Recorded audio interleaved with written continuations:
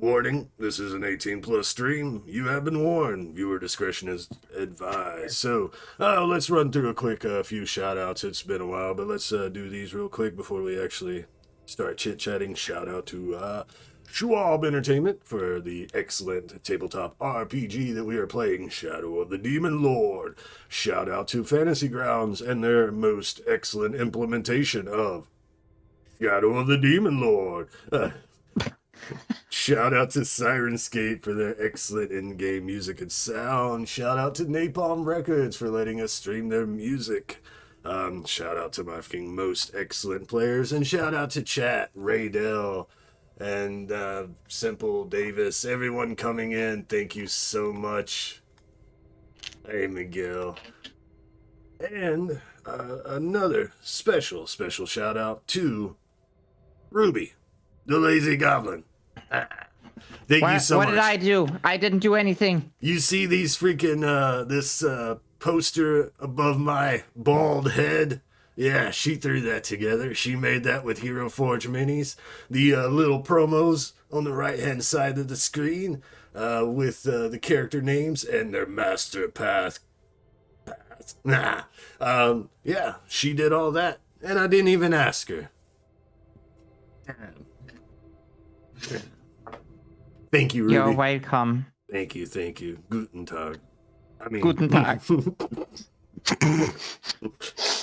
That's right? Okay, hails and well met, and welcome back to the channel. I am your host, Mally Nim, and today we will be continuing our adventures in Shadow of the Demon Lord. But before we begin, please, let me introduce my most excellent players, starting with Miss Twix. Hi. Great introduction. Can you follow that up? No, please. Sorry. I had something to say. I've forgotten what it was. Hi. I'm a goblin. Sup. How you doing? Hey, how's your day going? Wonderful weather we're having. It is top of the morning to you. Excellent. Yes. Oh, me? You've picked me to feature? I'm so heartwarmed. Hi, I'm Yuzleth. I stream random shit sometime. I eat cigarette butts, and I like long walks on the beach. I hope you follow me maybe someday.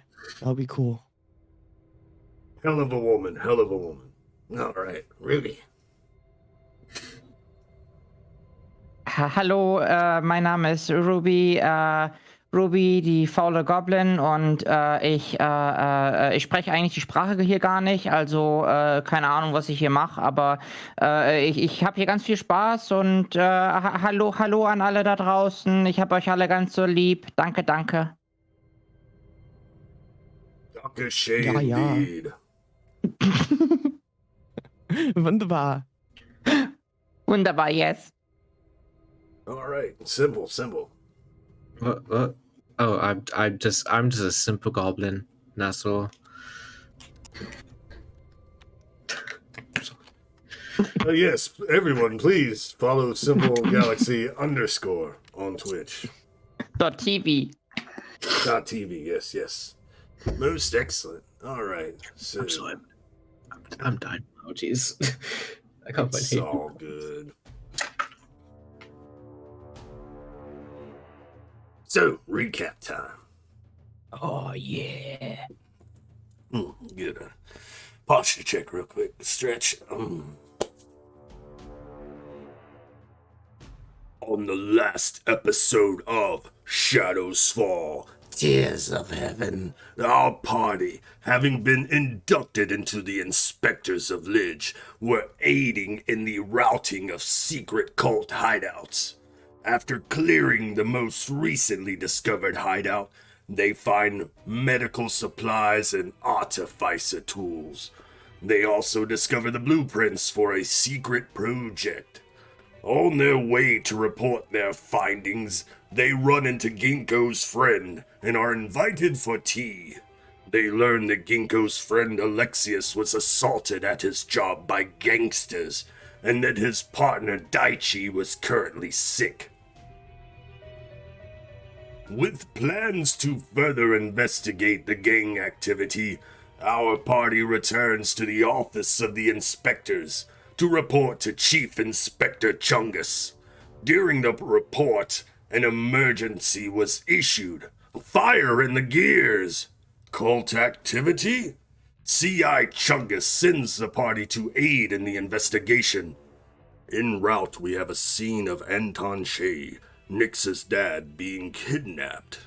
When our party arrives at the fire, they learn it was Dwen's old thieves guild that was aflame. The party preps and enters to look for survivors and find Mary, Dwen's old rival and current leader, dying. They rush her out, and before she dies, she tries to tell them something, but is only able to utter, "He's returned." Figuring this was caused by the same gang that roughed up Alexius, the party decided to take the fight to them. They headed to the warehouse, also greeted by more lawmen heading the same way. CI Chungus and Dana Shae arrived shortly after the party and informed them that Nyx's dad was kidnapped, and there is a hostage situation in the warehouse. Anton and the workers are being held hostage, and the demand is 200 gold crowns delivered by Nyx. The party agrees to infiltrate, but Nyx has to talk her mother out of joining, though she does grant them a boon of flight to her daughter. Nyx and Dwen, on her broom, take to the roof for another entrance, bringing the other two along.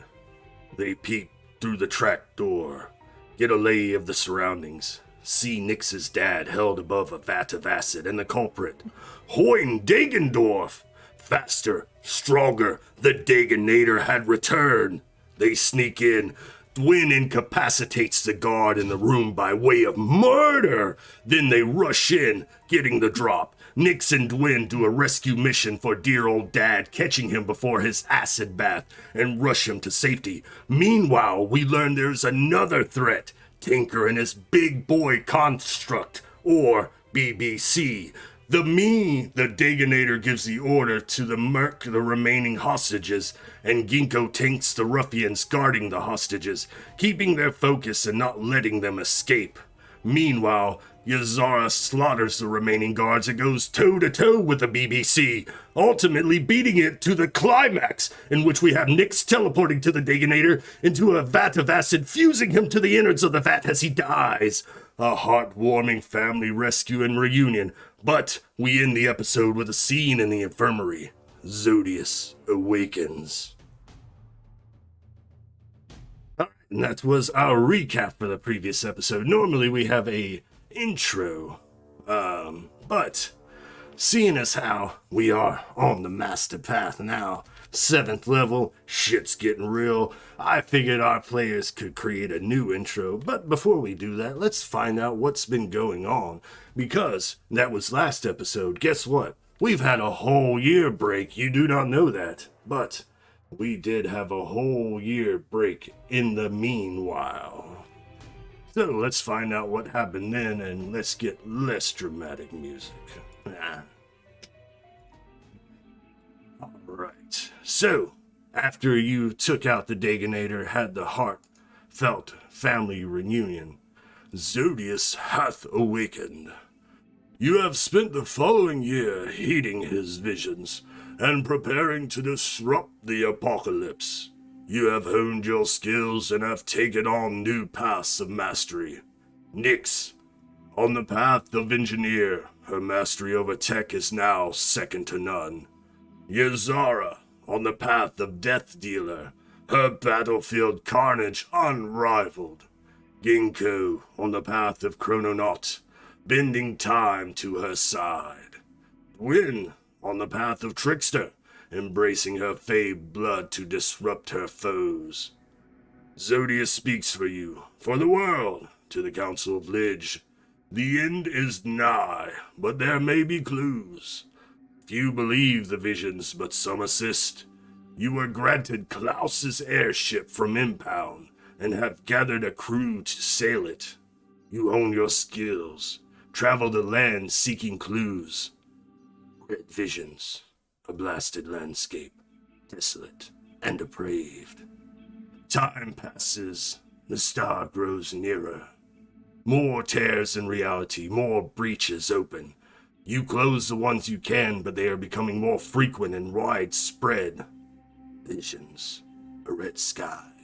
A blasted landscape. Desolate and depraved. Time passes. The star grows nearer. The land itself begins to change. Obsidian glass starts to form, only crusting over rocks and stone, but it appears to be spreading. Visions. A red sky. A blasted landscape. Desolate and depraved. Not to look into the future? No!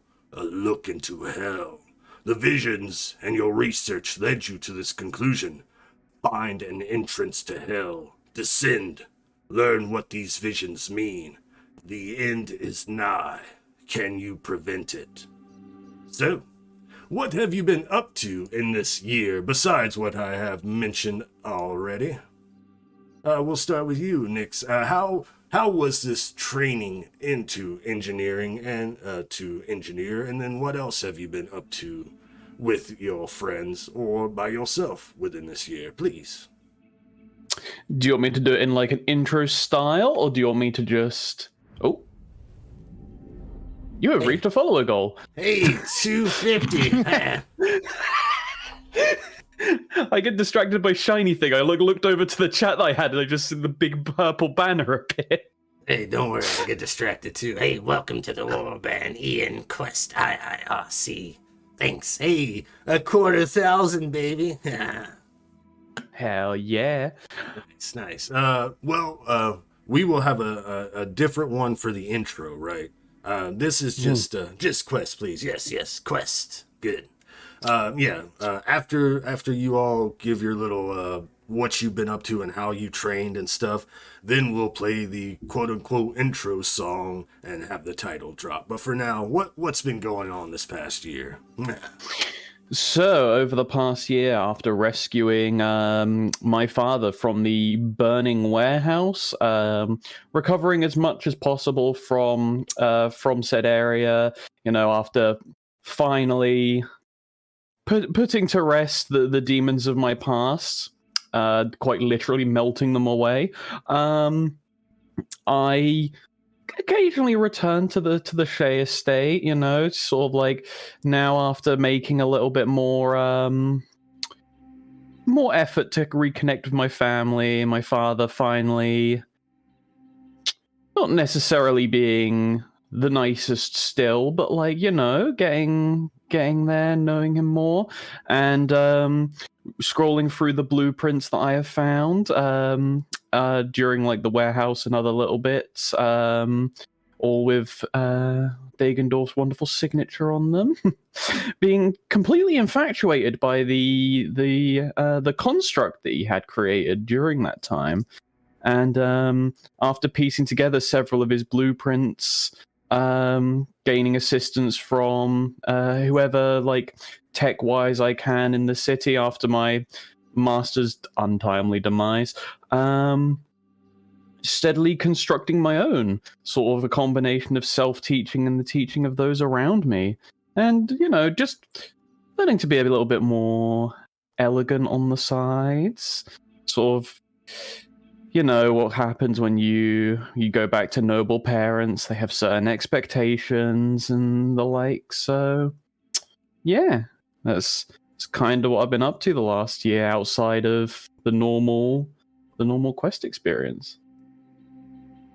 Nice. Very cool. How about you, Useless? What's Yazara been up to? How did she come across becoming a death dealer?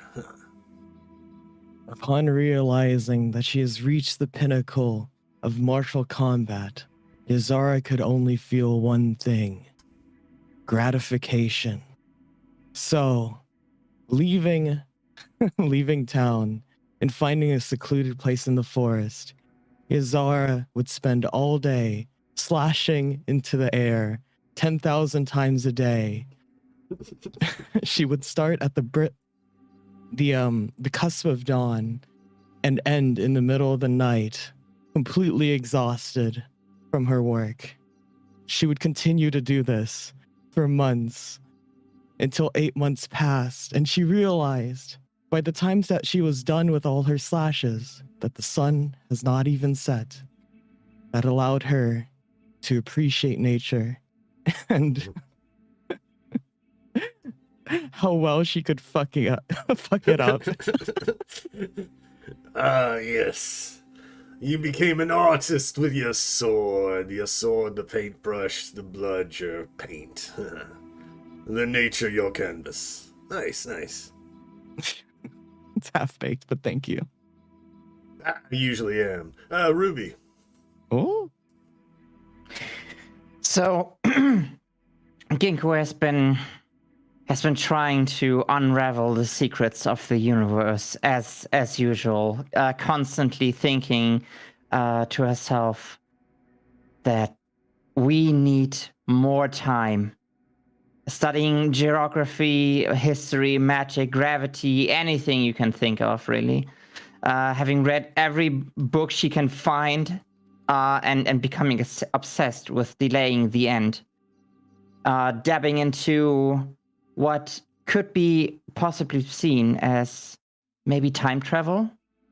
Who knows? We will find out. Nice. So, Simple, how did Dwen come about being a trickster? Shit, sorry, one sec. So, well, after, everything happened, the Thieves Guild being burned down to nothing, and then year off, he's been taking up odd jobs and doing thieving, jobs. Led to the natty work with other fey creatures like changelings, like old co-workers, and Natties has just been learning fey magic through the influence of just doing odd jobs after the burning down the Thieves Guild. I'm sorry, it's not a lot. I've been busy. I'm sorry. No worries, no worries. I know, our friend Simple here has been busy with school, so she gets a pass. Alright, we got a Bane here. Let me write that down. There was also a fortune redeemed by Rado. Yes, I wrote that down as well, and I thanked him. Thank you. Thank you for keeping up with that as well. Most excellent. Alright, so that's how the training's been going, but as besides the training, as I've said, a few rifts have been opening as you've been gathering information on Hell, learning what you could.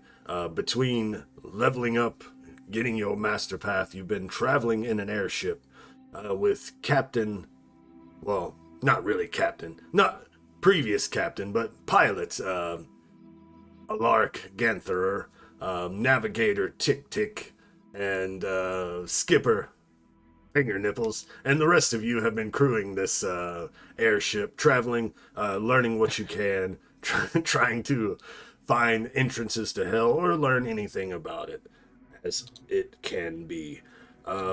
Before we start the actual episode, now that we've gotten that out of the way, I figured Wait, there was that last one? What was that last one? I can't believe he's our skipper.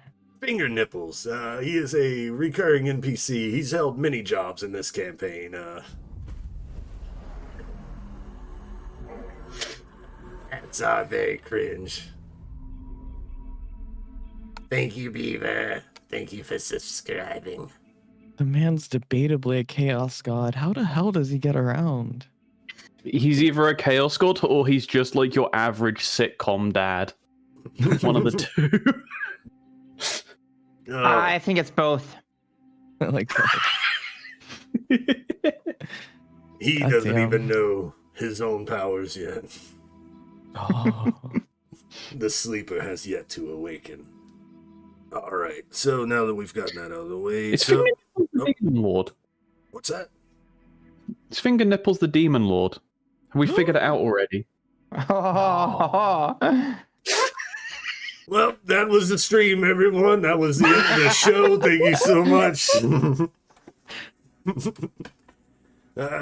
Who knows?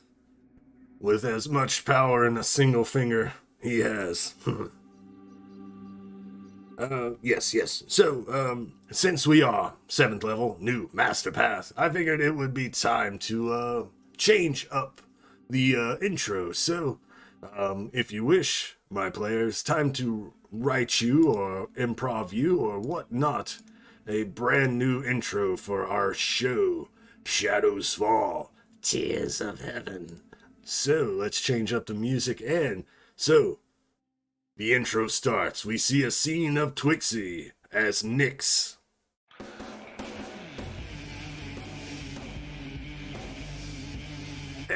Please, go ahead, Nyx. I had to turn that down so much. Holy shit, it's all of a sudden, what? If it's too loud, let me know in chat. I can turn it down as well. But as the intro falls, you see a wonderful flash of a little ballroom scene going on, like a few dancing people here and there, and amidst all of them, you see Nyx, a little not confident on her feet, but you know she's going to and fro here and there. As it swaps back, as the camera pans over, you see a hammer falling, sparks flying, going over a table with blueprints from Dagendorf and the walls surrounding in a different workshop as I work on a brass plating. As the hammer falls again, it turns to a nice vinyl spinning. Zooming in a little bit more on me, dancing a little bit uncomfortably, but my parents looking down from the balcony. My father smirking a little bit as they start to come down. The hammer falling again as it pans over this giant construct, similar to the one that we saw in a previous episode. As it goes back, all the people dancing to the beat of the hammer falling. As the last one falls, as my eidolon comes to life, as I wipe the sweat from my brow, and the scene changes. It's fucking excellent. I love it. And what does the scene change to, Yazara? Oh, don't put me on the spot like this. So, the scene changes as the camera pans through many trees. It's winter. The camera is showing Yazara from far away. She's swinging her sword down, kind of like a kendo pose. She's just like swinging it down and then up and down. The snow around her is just bare dirt from her just, continuing her training. The camera just spins around her hulking form as she swings down into the camera, which cuts into Yazara just sitting back in the airship, smoking a blunt with finger nipples, like laughing and having a good time.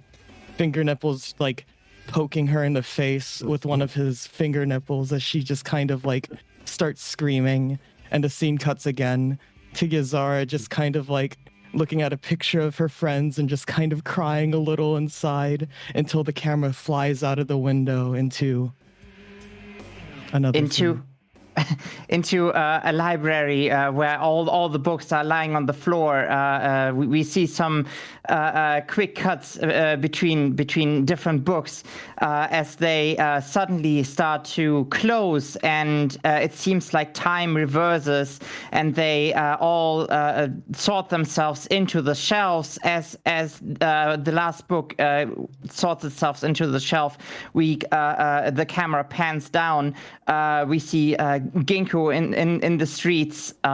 She looks confident, hands behind her back. Two cultists are trying to attack her as suddenly everything freezes around her. The music stops for a moment. She goes past by the attackers, spins around with her pistol, and you hear a shot, and the camera goes black into the next scene. Oh. I wasn't prepared quick enough. I would have had that gunshot ready.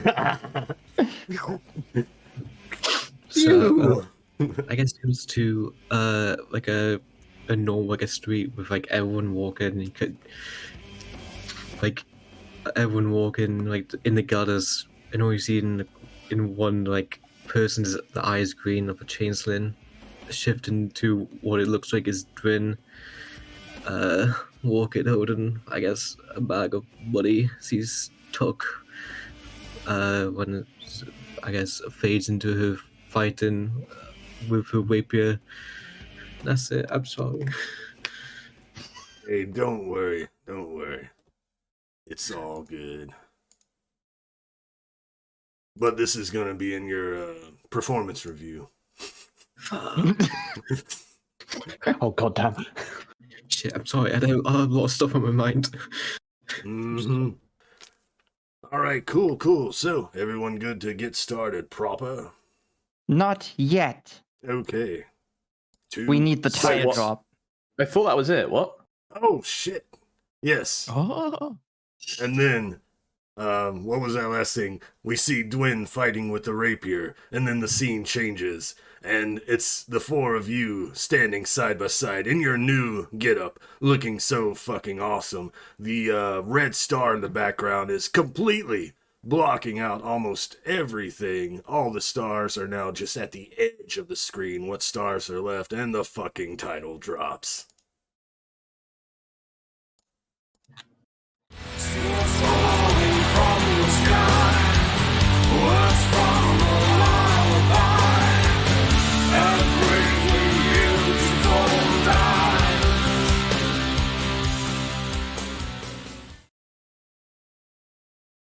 And my apologies, that was the worst title drop yet. Okay. So forgetful. Hey, what's it been? Almost a month now? Please forgive me. All right, so the scene opens up. We see that red star that I mentioned a second ago, with the silhouette of mountains in front of it, night sky, the stars that usually would be surrounding this red star. It looks like they're trying to escape. They're so far away from this massive solar entity, leaving a appalling red glow on the night sky. The camera starts to fly downwards as we slowly start hearing the sound of a locomotive start to rise. As the camera comes down, we see a train on tracks in a more desolate like area, as it travels through the night sky, the star and the silhouette, as the camera flies over the train, like right on top of it, flies across a few cars, and then ducks in between trains into a car as it lands on top of a dining cart that is moving down a hallway. The cart stops at a room. The camera turns to the room. We see two figures in the room. The cart continues to move. Those two figures are. So, kind of mentioned this off stream, how we're starting, but we need to see which two of you are actually in the car. So, a little info for our viewers here. Our party now have acquired some information. Since the year has almost ended and the star has gotten closer and the obsidian is starting to form over rocks and stones and more, people are starting to get a little more freaked out. They're starting to take this shit seriously, especially the wealthy and nobles. They have started hiring people to construct underground bunker safe houses. And you have caught word that one such noble individual by the name Van Klaus, not Conrad because he's dead, but his mother, Karen Van Klaus, has actually dabbled in devilish artifacts and is currently en route to one of the vaults that has been started construction on. She is taking some of her artifacts and stuff there. Two of you have boarded this train with false papers, disguises, while the other two with the crew are in the Zeppelin/airship waiting to intercept. So, which two would like to be on the train, and who wants to be dropping down from the airship?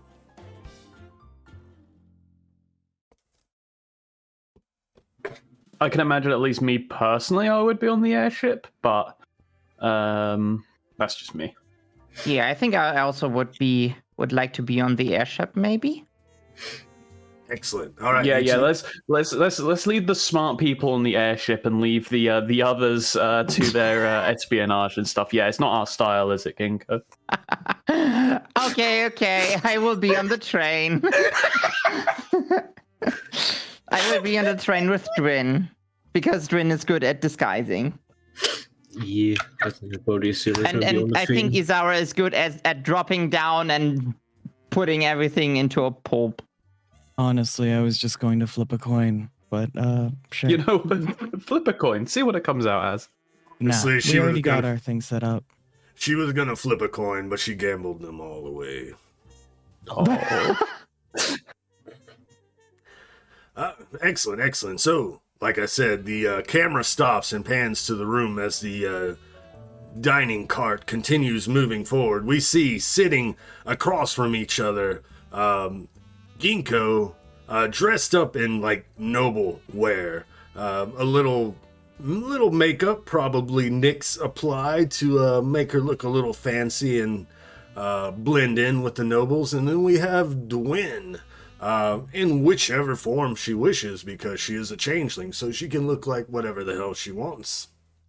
And so the scene opens with the two of you in this cart, and the scene is yours. What do you wish to do? Ruby, what are you doing? I'm playing Gingko. Yes, what is Ruby, what is Gingko doing then? Just looking out the window, taking in the scene, and just why isn't that train faster? She mumbles to herself. Have we looked like who else is on the train? Mostly a little picture here. The first few cars, dinner cars and slash room cars. This is all nobles and stuff. And then as you get further back into the cars, there's actually the help and bodyguards and stuff for the nobles. And then past that is where they're actually holding loot.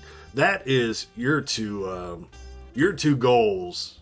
Your two goals. Your two's goal is to make it to where they're storing this stuff and like open a top hatch so the other two can fly above and drop down and secure the booty. All right. Dwen? I guess Dren's day eating some scone and tea. I'm like, you ready to go sneak and open the hatch? Yeah. Should we? No, I think we should stay here. No, yeah, of course. Let's go open the hatch. Sorry.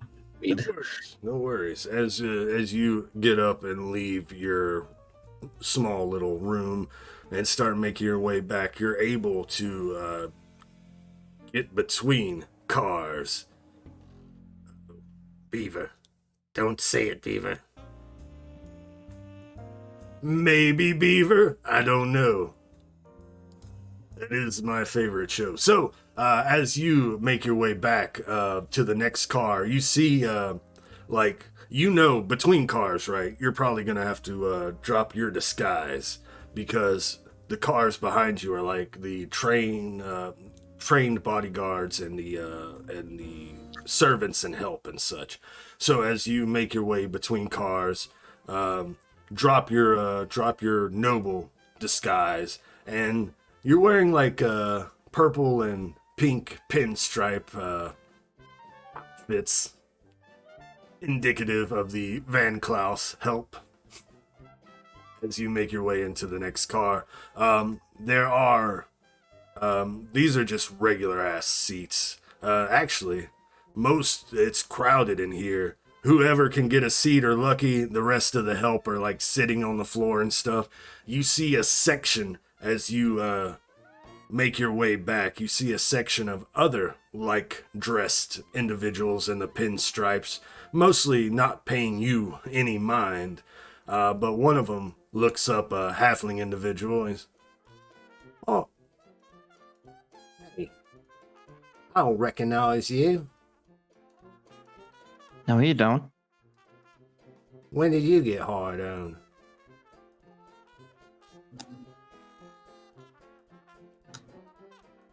I didn't know you. I try to move on. he shrugs and just goes about his business. I'm not paid enough to care. As you make your way, you make your way through the other car, and then past that, you do notice that they are kind of eyeing you as you go past, but nobody's saying a word.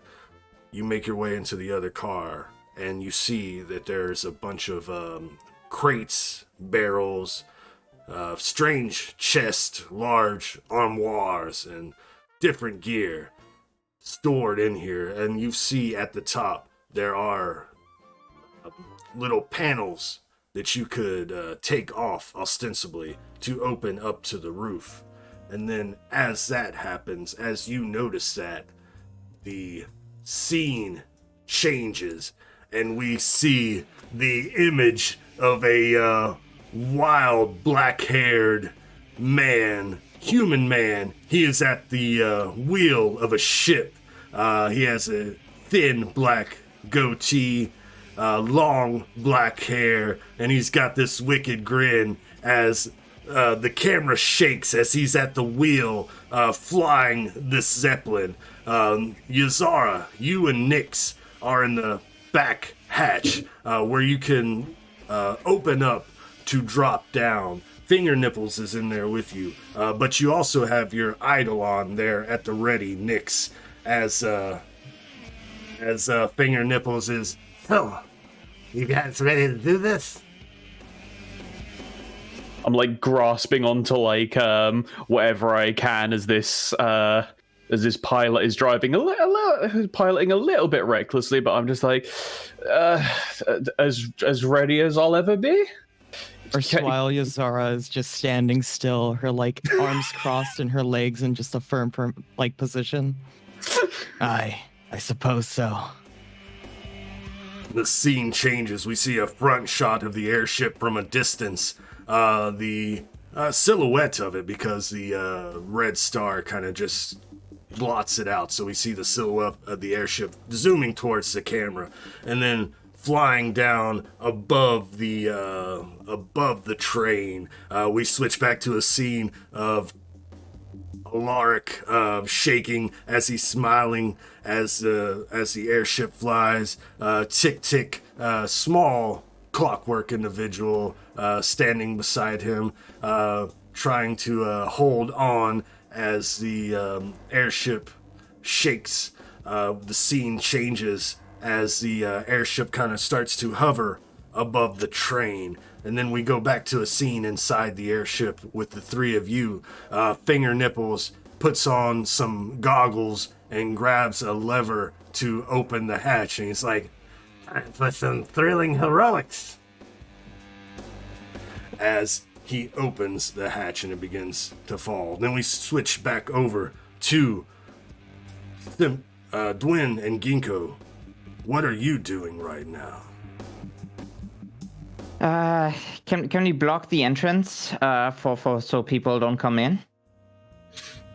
Oh, yes, yes, yes, please. How would you like to? With some crates Yeah. and anything? Sounds good, sounds good. Normally, Excellent quote, Beaver.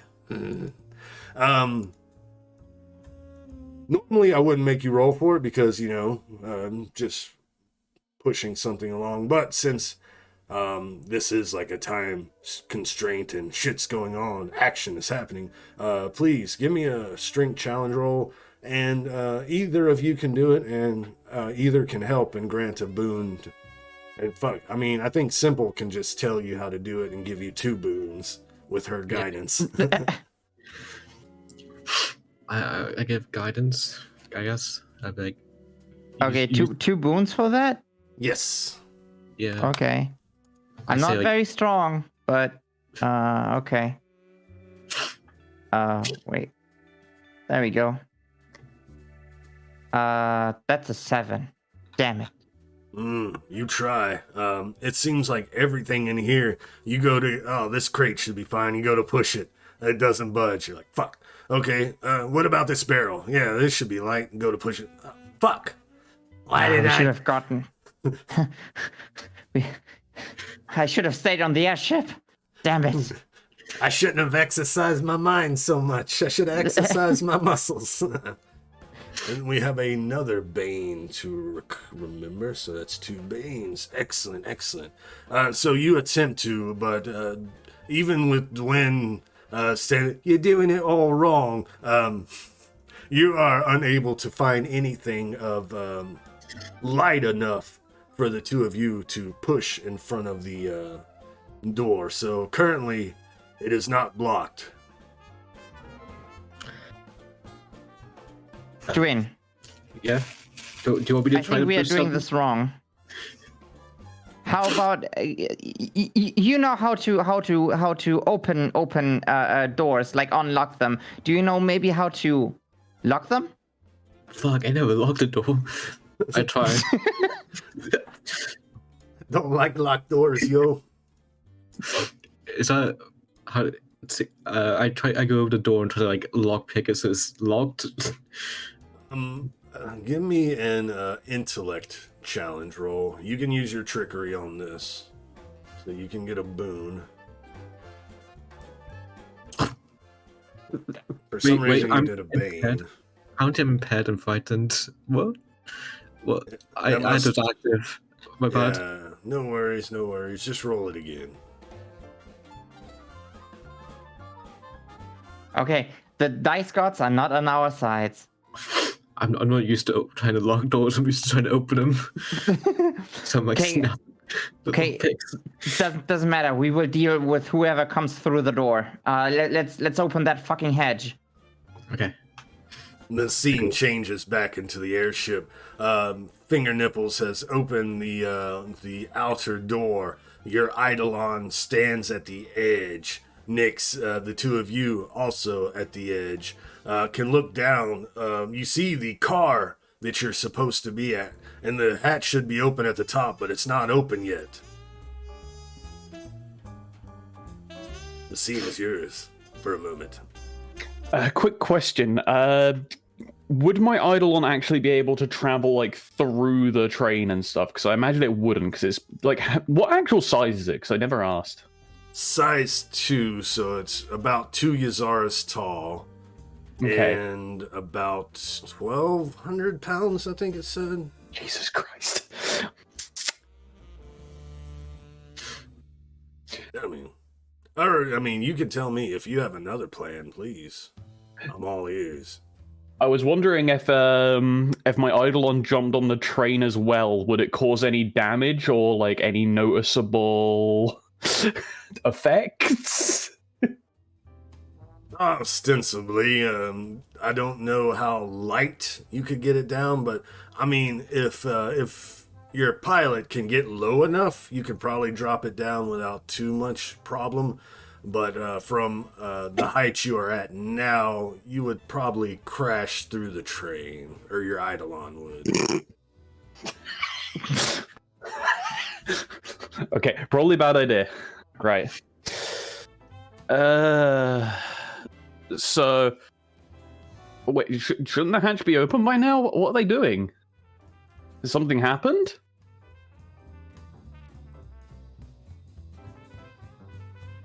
No fucking clue. So we do everything. Fine. Get us in as close as you can. I like signal to finger nipples. He hits like a little switch on the side, and he's like, Hi, pilot. She wants you to go down lower. and the scene switches to him at the wheel, and he's like, "Har, yeah!" And the airship starts to lower. We see the scene change. The airship and the train side by side, or parallel to each other, top to bottom. The airship slowly descends down, trying to keep speed with the train. And then we switch back inside. We open the hedge.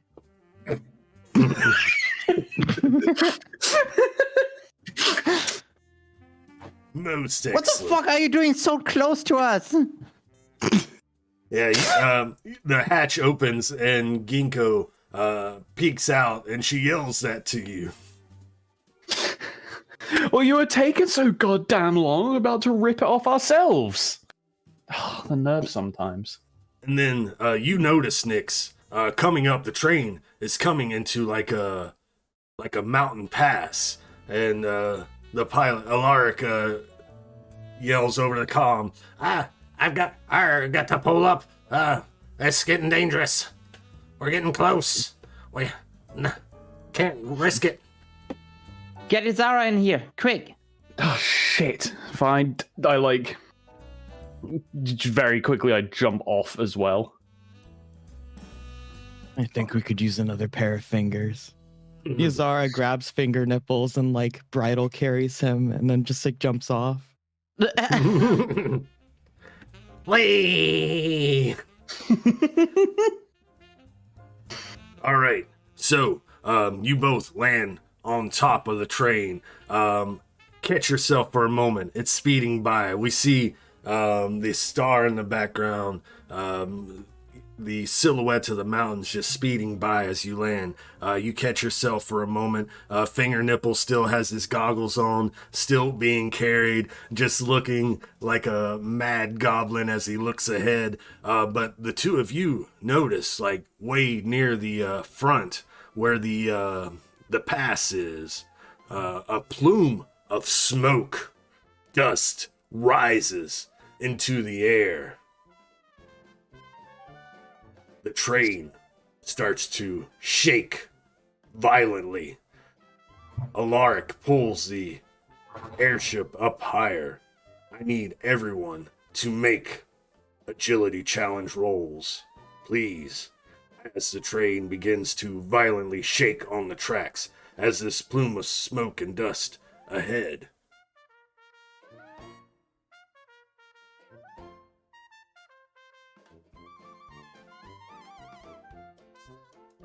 Wait, why didn't do it for me? There we go. And Got a Dwen, 17 there. Dwen, you can use trickery on this. Oh, wait, Just roll a should- d6. Excellent. So you will all only take half damage as the train starts to shake more violently. You see from up above, we see the shot from Alaric's vision looking out the window, looking towards the front of the train, and the engine just fucking disappears into the cloud, and then the train shakes violently. The four of you are thrown, Nyx and Yazar, you're thrown off the top.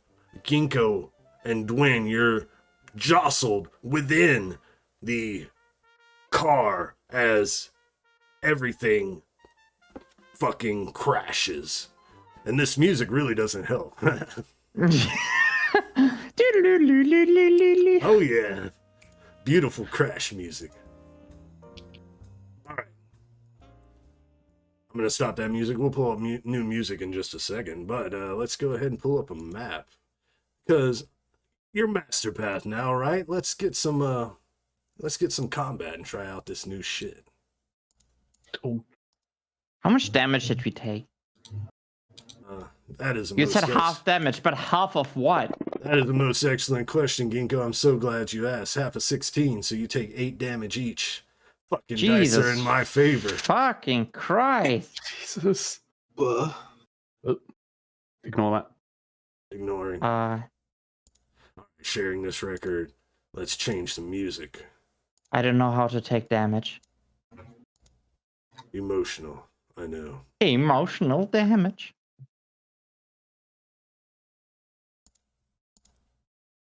So quiet. Is everyone there? Yes. Yes, I am. Just choose that one. All right. You see the map? Yes. I can see map, yes. Indeed. Indeed. All right, and let me double check too. I can pull. You can see map. Is it all black right now? No. Spoiler alert. Let's see. Let's go ahead and drag you all here. Let's see. Gingko and Dwen, you are in this cart. There are a few nobles that have been tossed out as well. There's you. Damn, that's a big Eidolon. Nah. Alright, combat tracker. So, the dust is still swirling in the air from these ostensibly sinkholes that appeared in this pass. The rocks around you see turning into obsidian glass. You're able to collect yourself for a moment. The nobles are moaning and trying to get themselves up and trying to come to, but you're able to get up, brush yourself off, and take in surrounding. You start to hear like hundreds of skittering noises as from within these holes, creatures begin to emerge.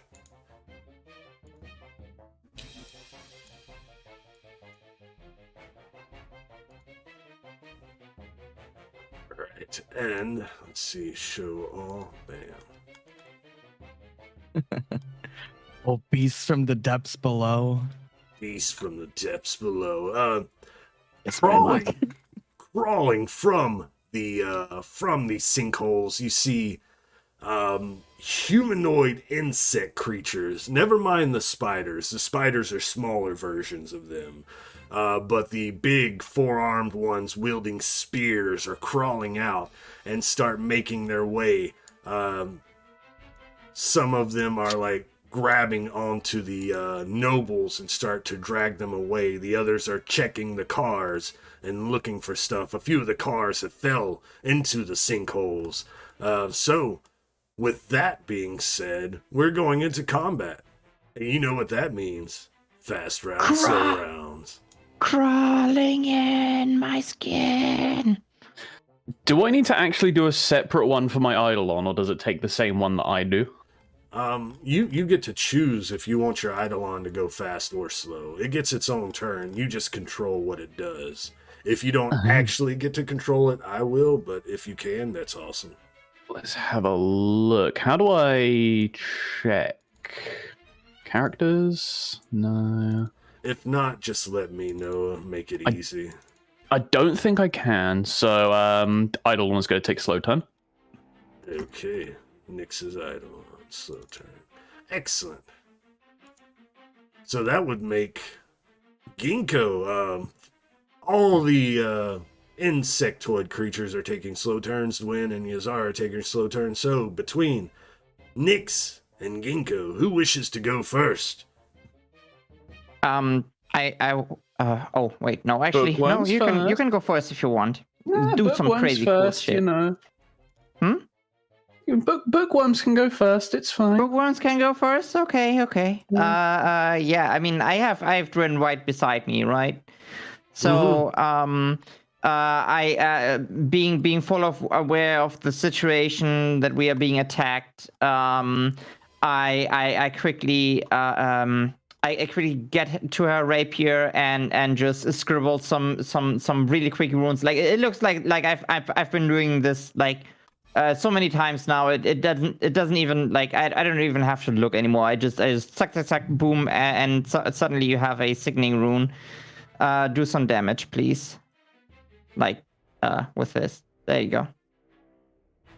All right, killer kill.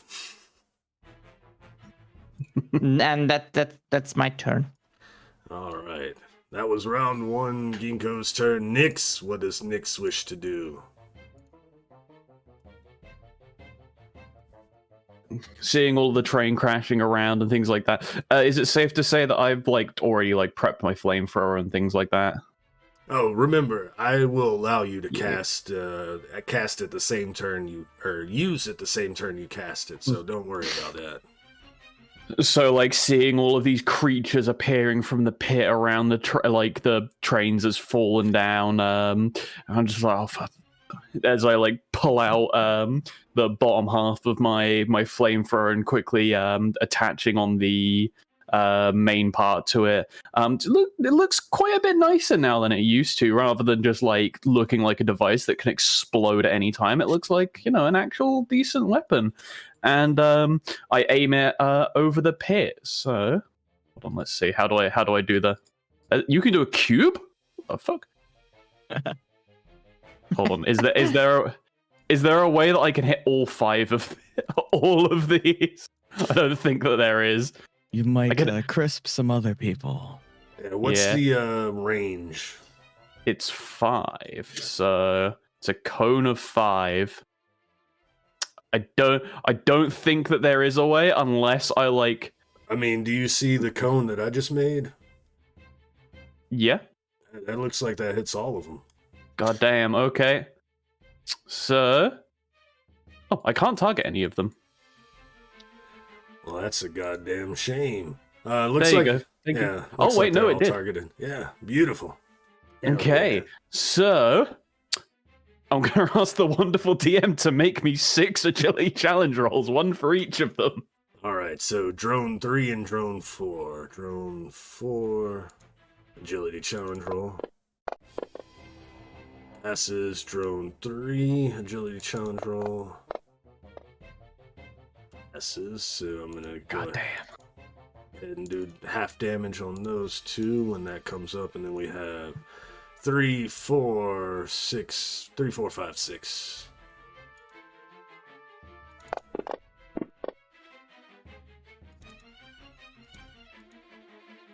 Damn. Why is the DM rolling so good? What is this? I refuse. I refuse. I've never found bugs that aren't susceptible to being lit on fire. So.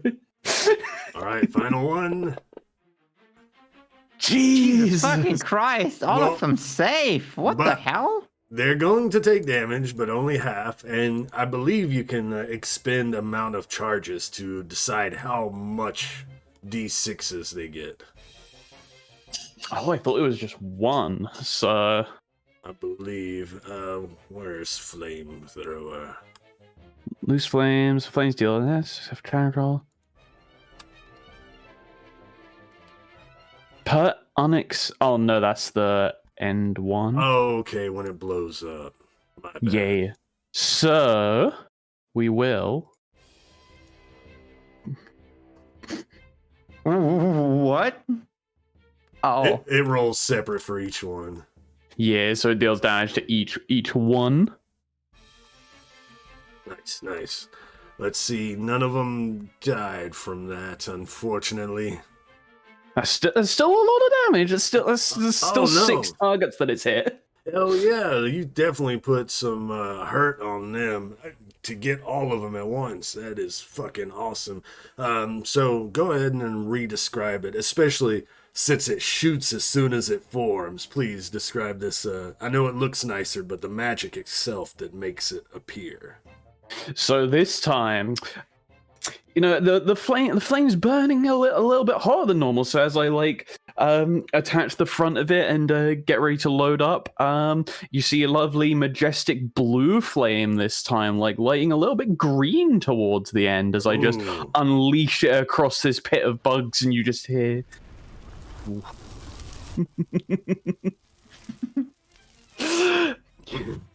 You hear? It's Oh, go for it. Sorry. no, after you. What are you going to say? I was gonna say you hear a lot of skittering and a lot of chickering as their mandibles and stuff snap, and you hear like a strange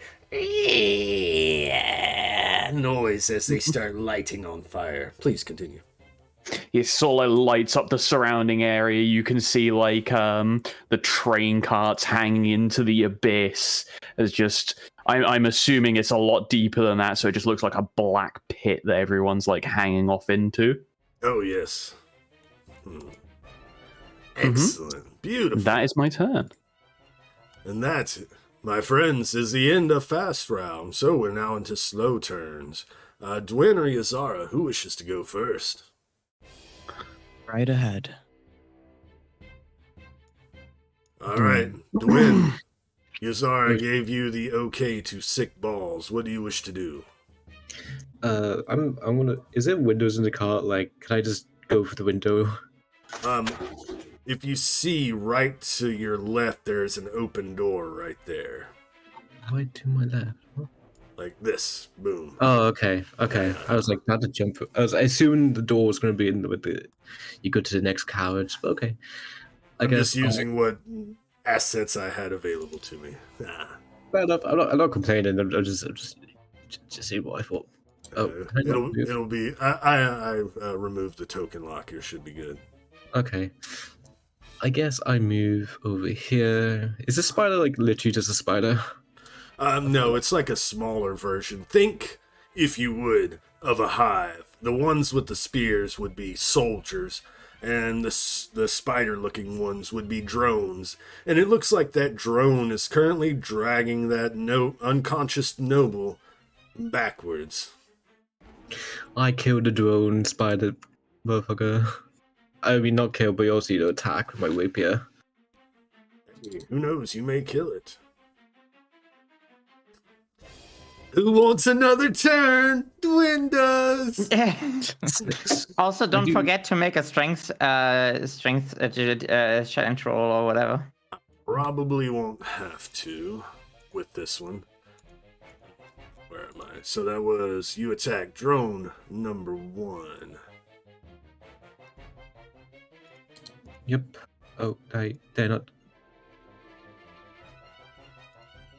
Excellent. And Dwen, would you like to exploit opportunity and take another turn? Yes, please. And I attack this motherfucker. This motherfucker. This motherfucker right here. Jesus fucking Christ. Alright, so this one will definitely need a string roll. So that's 1d6, and then you get 2d6 for trickery and backstab. So an extra 3. Let me bring up the tracker. That is number 1, so an extra 3. 1, 2, 3, and they need to make a strength challenge roll. They make it. Fuck. Is it half damage or no damage? Jake.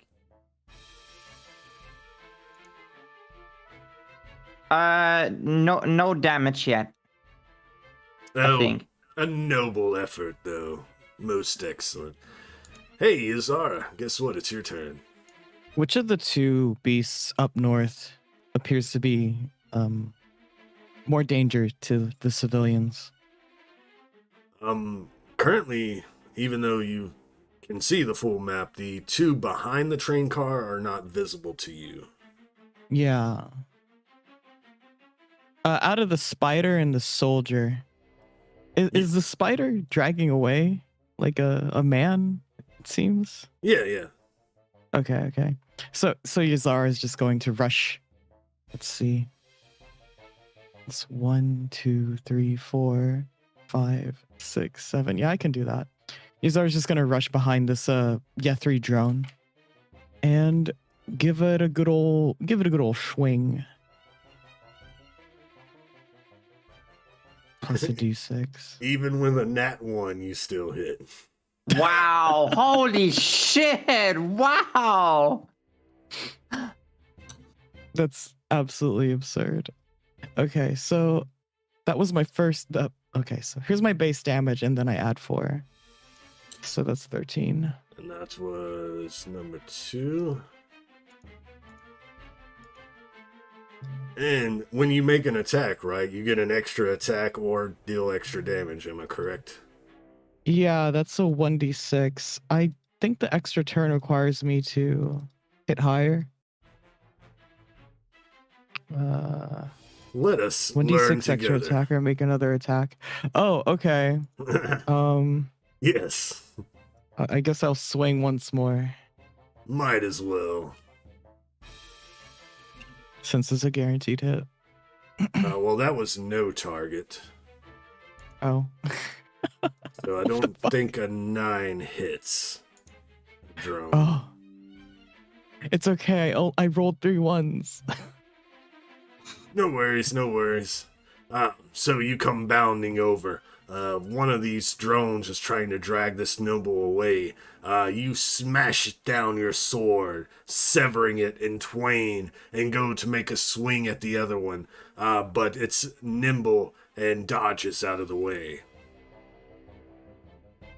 And then it is my turn. Are you sure you haven't missed something? Oh, yes. Well, for some reason, I put your Eidolon at the bottom. So, yes. Eidolon, I choose you. You're next. What would you wish your Eidolon to do? So, how does it actually attack? Because I know it has like its appendages that it can attack with. You describe, what does these appendages look like that you created? So they are actually just like not like giant. It was really hard to describe it. They are like giant fists, but they're more like on the end of sort of like some very stiff metal arms. So this is sort of like the first iteration of the Eidolon that I have produced. So it's a little bit more rugged per se. Kind of like a Rock'em Sock'em robot, huh? Kind of, yeah, actually. That's probably like one of the closest. It sort of has like, rather than like hands that it can move around, it sort of like fires them out using air pressure kind of thing. That's cool. So can it attack individually with the arms, or does it have to attack the same? I believe it only gets one swing. Okay. But let me double check. Attacks. Yeah, just one swing. Okay. Well, what I'm going to do then is I'm going to have it defend this side here, and it's just going to smash a bug. Just going to fucking unload on it. All right. So on drone 3, is that the one you wish to target? Yes. All right. Target drone 3. And we attack.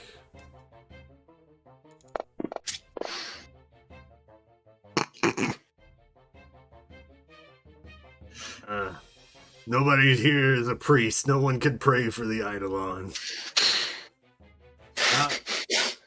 So it's still a work in progress, right? So as it goes to attack this drone, the air pressure kind of just releases from the fist, but the fist doesn't actually go out for a moment until the actual drone skitters a little bit, and then the fist goes out. Just a minor technical difficulty. Oh, for fuck's sake. Just looking over at it, it's just like misfires. But it will probably get another swing because they may be insects, but they ain't stupid. Stupid enough that it will run without disengaging, as the 5e players call it. But it will try to skitter around. Oh. And your Eidolon will get a swing, but I'm going to go ahead and move everybody and get them in position to save time.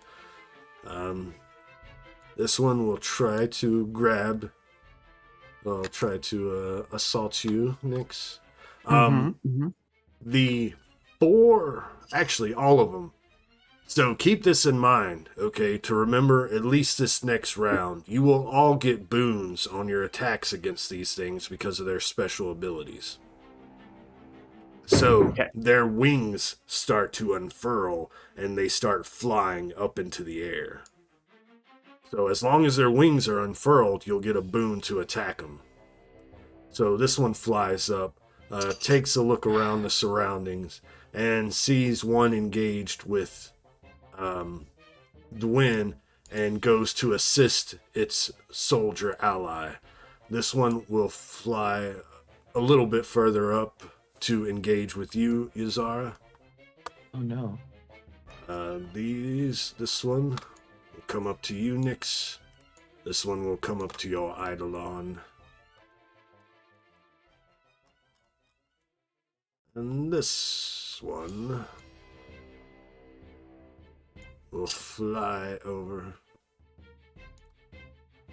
here and grab this noble. Alright, so first up, let's get all my combat tracker ready. Okay, so we're on Corrupted Drone 3, which is this one. Okay, first up, let's go ahead and have your Eidolon do its free swing as the drone tried to skitter past it.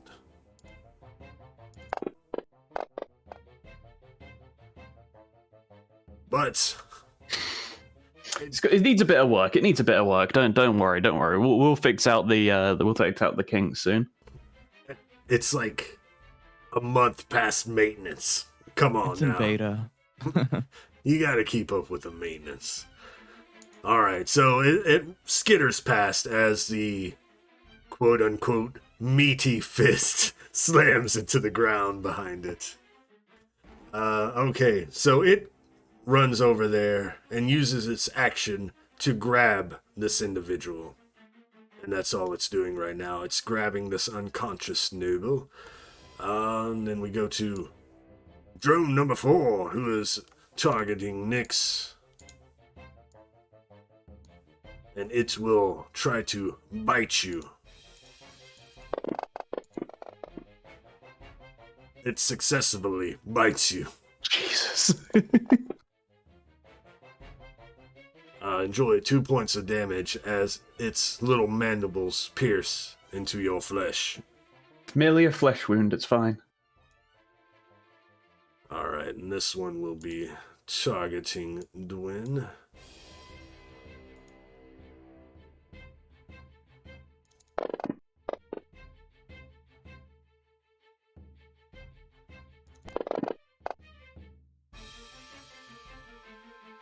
It flies up Dwen and brings its spear down into you, leaving a nasty gash as it penetrates your flesh. Bitch.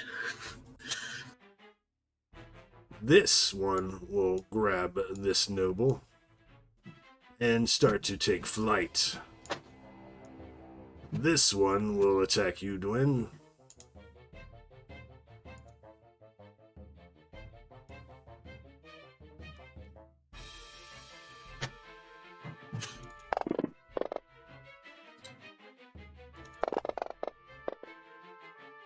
Take 6 points of damage as you feel the bite of another spear come from behind, as you hear the buzz of an insectoid flying down. Now, and also remember, you have fortunes and boons in your pool, and also I have 2 Bane, so if you ever want me to roll a Bane, let me know.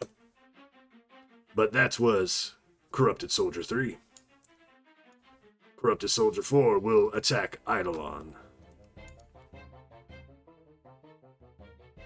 Let us target said Eidolon. Attack.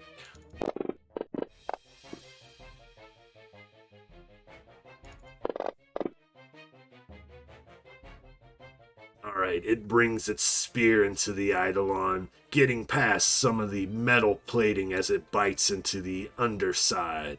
You hear the grinding of gears as this creature pulls its spear out. And then we move to Soldier 5, who is on Nyx currently. Alright, Nyx, this one flies up and tries to bring its spear into you. Successfully doing so, as you take 8 points of damage as its spear bites into your flesh. Owie. Actually, it was number 6 that did that. Number 5 grabbed the person. So, we're at the next round. Round 2, please choose fast or slow turns. Before I choose a turn, can I know if there are windows in the Yes, you can like- see it out, of course. Oh, okay, good. Okay, let me choose all my turns real quick. I believe everyone's still well, no. All my drones take slow turns. Which soldier are you in? Soldier 5 is taking a slow turn. And then everybody else should be on fast. Alright, top of round 2, fast turns. Dwen, Gingko, Nyx, Yazara, or Eidolon. Who wishes to go first? You can go Oh, yeah. first if you like. Should I go first? Okay. I attack the same motherfucker.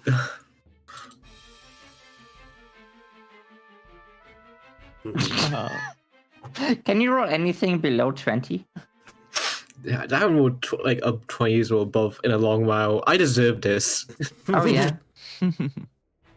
She's back, baby. Alright, that's Soldier 1, so, and I need to make a strength challenge roll. Oh Fail. yes, 2 extra D6. So 4 And it's also D6 total. poisoned and impaired. No, actually it's just poisoned right now. But that's Wait. 4d6. 1d6 for trickery, 1d6 for backstab, and then 2d6 for sickening rune. Yes. Oh damn. 18 extra damage. I wonder if that's enough to kill it. Who knows? The shadow knows. Bah. Would you like to exploit your opportunity, Dwen? Yes, sir. I look at the other person who stabbed me with the spear, and I'm gonna cast Twip. Which, But you've already had one murder. Can't I have another murder? fuck. Would you like to spend one of the fortunes in the pool? How many fortunes we have? Currently 2. Do people mind, or do you want to save it?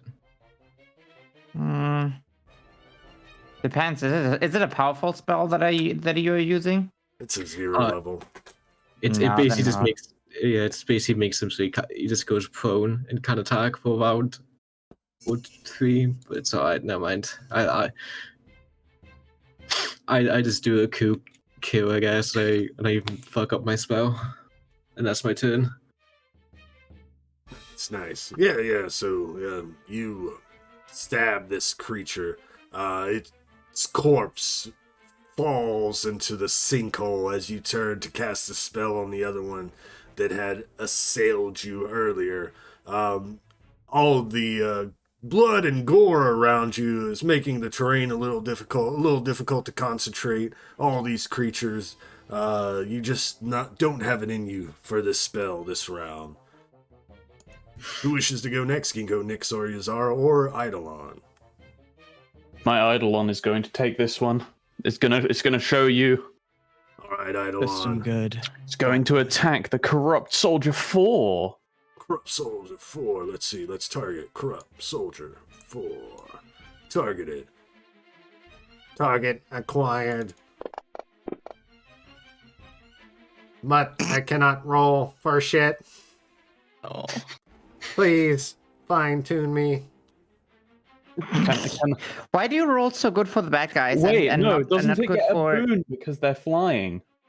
It does. Hey, Oh. that's why I told you to remember, because my memory is shiza. Scheiße. Oh. So a 14, does a 14 hit a corrupted soldier 4? Let's find out on the next. No, it does.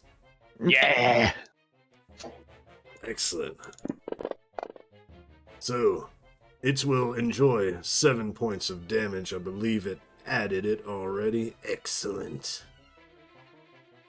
So, its fist actually, the steam kind of stops for a second. You hear the grinding of gears once more, but then a big burst of steam shoots out from the arm, and the fist goes forward, smacking this creature in the chest. It flutters back for a moment, catching itself before fluttering back into position.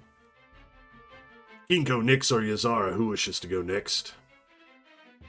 I suppose I'll go. Is the beast in front of me flying? Yes. Okay. So you will I get a thought boon. bugs originally were cute. Do I need a move? No, I said you get a boon. Yeah. Excellent. I'm going to need it. Maybe. So 6 That was a plus 6, yeah. 3 is 9, plus 5 is enough to hit. Yes. Okay. Excellent. So you are Yazara- targeted. Perfect. Give him the slap. Plus a d6. And that was number 2. Let me go ahead and add that extra 5. 1, 2, 3, 4, 5. And another d6. 3, 4, 5, 6. Nice, nice. You take your sword and get a nice gash into this creature, severing one of its wings as it kind of falters in its flight for a moment, but it is able to catch itself in the air. Yazara grits her teeth and just gives a...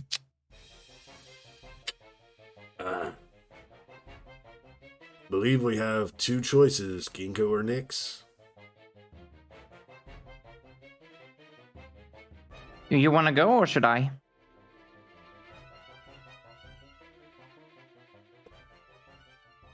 I choose Okay, Gingko. Okay. I didn't yeah, realize yeah. my mic was muted. Oh. It's up to you. Do you want me to go first, or do you want you to go first? Nah, I can go. I can go. I whip out my pistol. I see that the soldier 5, right? Yes. They want to grab that noble, or like have they grabbed the noble?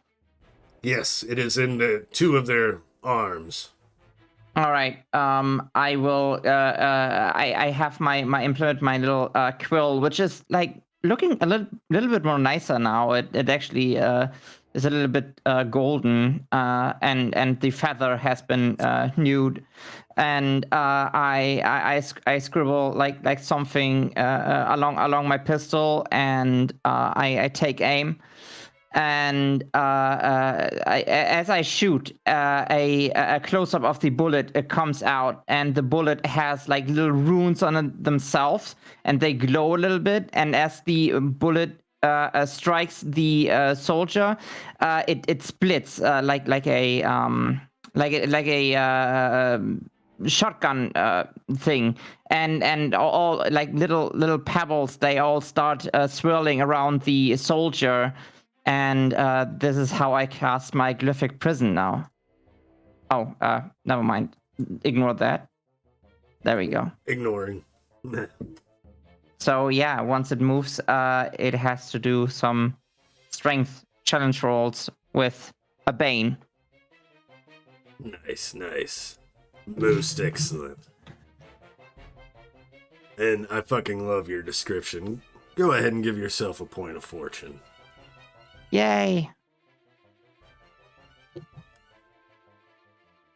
And then that would be Nyx's next. Yes. In fact, everyone, since we're starting Master Path and everything, and you all had most excellent fucking intros, please, everyone, have a point of fortune. Thank you, DM. I am a kind and generous DM. All right, so what are you doing, Nix? What's this section of the train look like just here? So I assume this is like most trains where it has like a door with a window and things like that in it. Oh yeah. Okay. Well, what I'm gonna do is I'm gonna look over to the one that stabbed me, and I'm gonna use fuse on it. So I think I can roll the.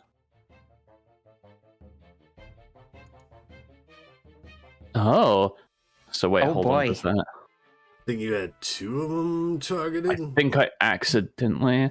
I only have the one target. Oh, you have yourself targeted. You attacked I have yourself. myself target. Either way, I'm sure a 24 hits.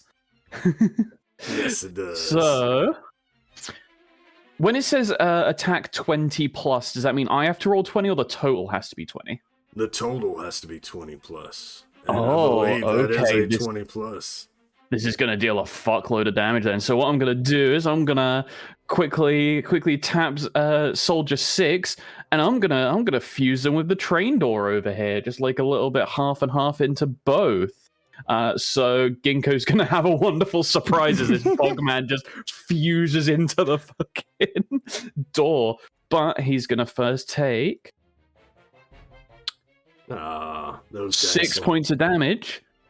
But not only that, the target takes 2 additional d6 extra damage and is also stunned for 1 round if I roll higher than 20.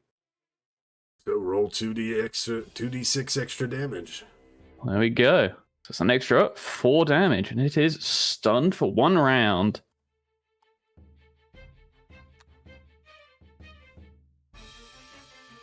So, please describe how it looks when you actually cast the spell.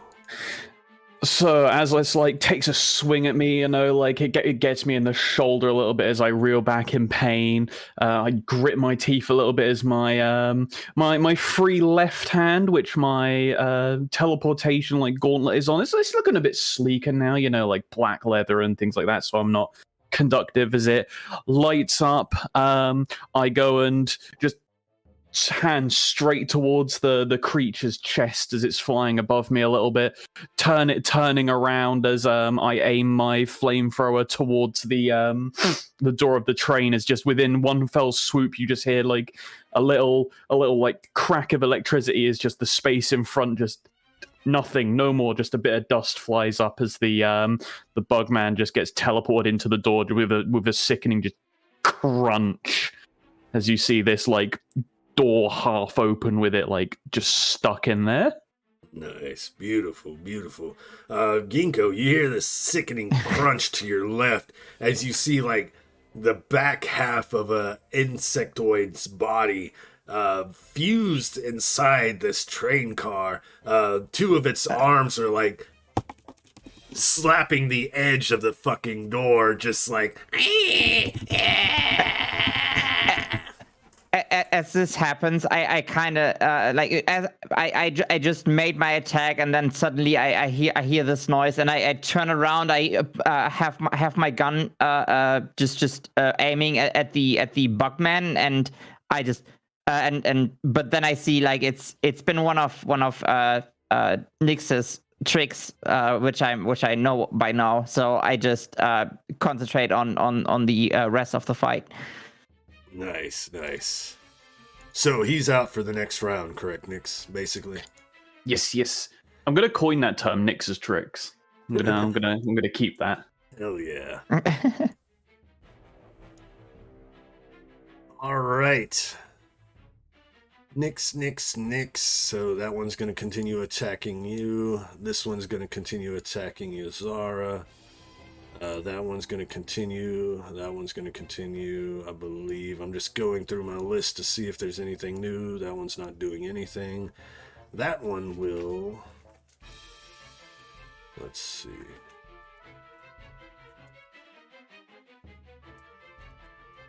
Yeah, this one will unfurl its wings and start dragging this guy this way, flying over your Eidolon. Then this... And then this one is going to attempt to move. Make me a strength challenge roll with a bane. All right, let me make sure I add a bane. Well,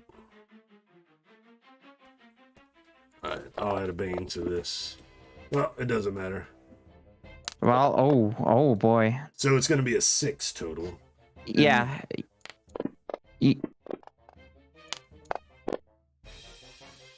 Excellent. All right. I'm going to roll damage. It's going to be 66. Okay, not bad. So it takes 23 damage as it tries breaking through the ever-shifting barrier as its flesh rips open while it tries to move. Yes, excellent. It has this noble in its 2 lower arms, carrying it like some fucking superhero carrying an unconscious body. As its wings start to buzz, it takes flight. Your glyphic prison activates, starts to form as it goes up, and then explodes as this creature. And then you just see you see body parts flying all which way, human and bug. Oh wait, the human wasn't targeted. They were in the blast zone. Damn it! Oops. Casualty of war, no big deal. Yeah. All right, so let me go through my all my people real quick, even though it did do the round already. Hey, there's that orc. All right, who am I on? Number 3, which was this one. Yeah, that one ran. And then number 4 is attacking Nick still. Still targeted, still gonna try to bite you. Successfully. 4 points of damage as it tries to grab your ankles and tries to drag you with it, but is unsuccessful and only damages the goods. And then Soldier 2 will soldier on and attempt to dispatch Yazara. Are we still targeting Yazara? Hope not. Oh, well, let's change that. I mean, come on, take it. Bring it on. Toe to toe with Yazara. Snake Eyes on the damage, though. It manages to get its spear, find a good spot, but you're able to position yourself just in the nick of time to only hit your armor and slide the spear just slightly off your flesh as you take 3 points of damage. Soldier 3 will soldier on, trying to kill or incapacitate Dwen. You're not the only one who can roll 20s, Dwen. Can what? Can I do I see that Dwen is being attacked? Can I use my reaction? Sure. I will. Okay, as the spear basically almost hits Dwen. Suddenly, everything stops as I use freeze time as my triggered action. Right. That is how you use triggered actions. Right. Right. All right. I can I. There you go. And it says I can use an action right after that, right? Oh, let us learn together. You can use a triggered action on your turn to briefly freeze time around you. The effect extends out from you for a number of yards equal to your speed. You can immediately use another action. You make attack rolls or challenge rolls with 1 boons until the end of your turn. You can use a sound number time equal 1 to plus your power score. You regain uses once you complete a rest. So you can use it on your turn. On your turn. It's not your turn. Oh, it's not my turn. Okay. So I can't use freeze time. No, it's only for you, it seems like. Oh, okay. Sad. Okay. Sag. Never mind then. Never mind. Continue. All right. Dwen, you continue to bleed from the wound. Can someone bot the bop? Oh boy. Oh boy. Yes. Hammer time. Amateur. Thank you. And this one will attack Nyx's Eidolon. Actually, he may just be insect intelligence, but he knows that this is nothing that he wants. So he is going to use a action to disengage, basically, and try to go assist his friend here, taking out this monster known as Dwen. But that was his movement and action, so he does not get to swing this turn. This one down here is being fused and not very happy with their life decisions. And now we go to the top of round 4. Please choose fast or slow turns.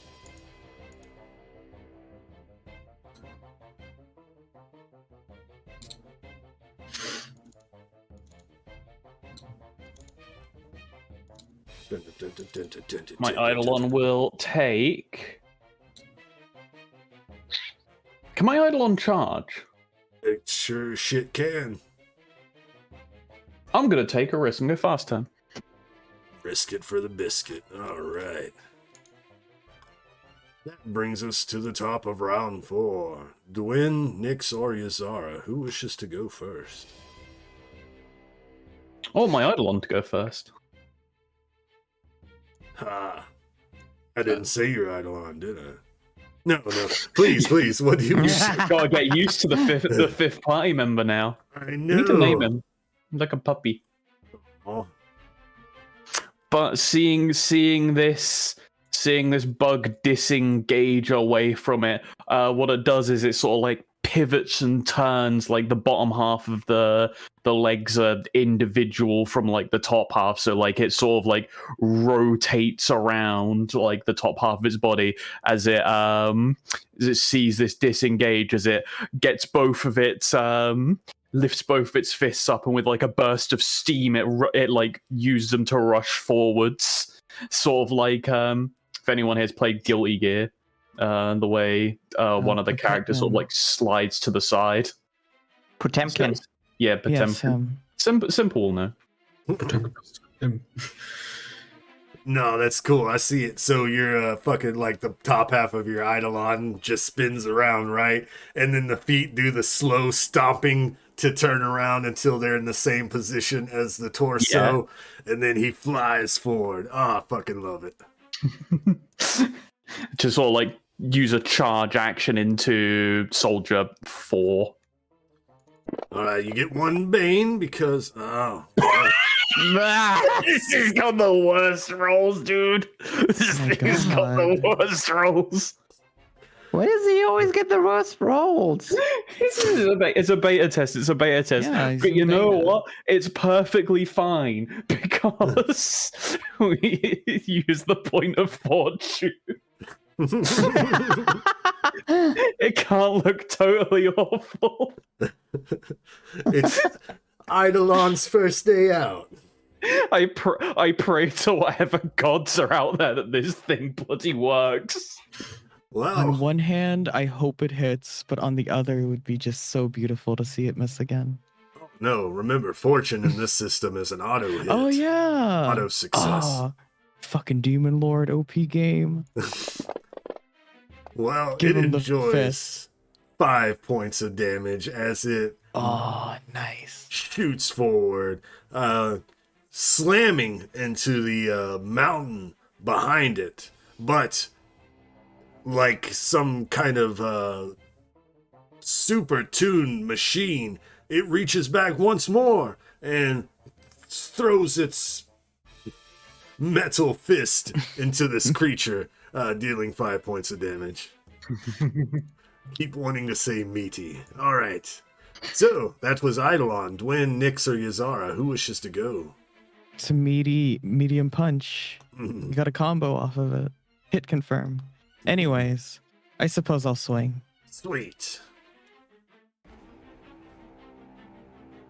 I believe that hits. I believe it hits as well. Oh, excellent. Allow me Oh. to just throw a bunch of fucking dice in the air. So casual.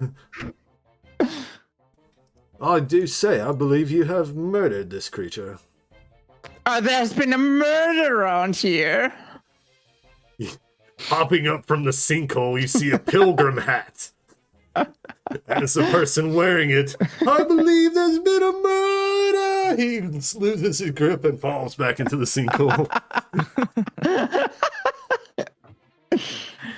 Begone, foul demon. I will not have an accord with you. Yazara says as she just like chops the bug in half. To the pits with you, foul creature. Yes, that was Yazara. Dwen and Nyx, I believe, still have options to go. I can take you know what? I'm gonna go next. I'm gonna go next. Executive decision. Nyx goes next. Yes. So as I have fused this creature into the door over here, I'm gonna turn my directions to the smaller one, and I'm simply just gonna bop it on the head with a magic wrench. So where is it?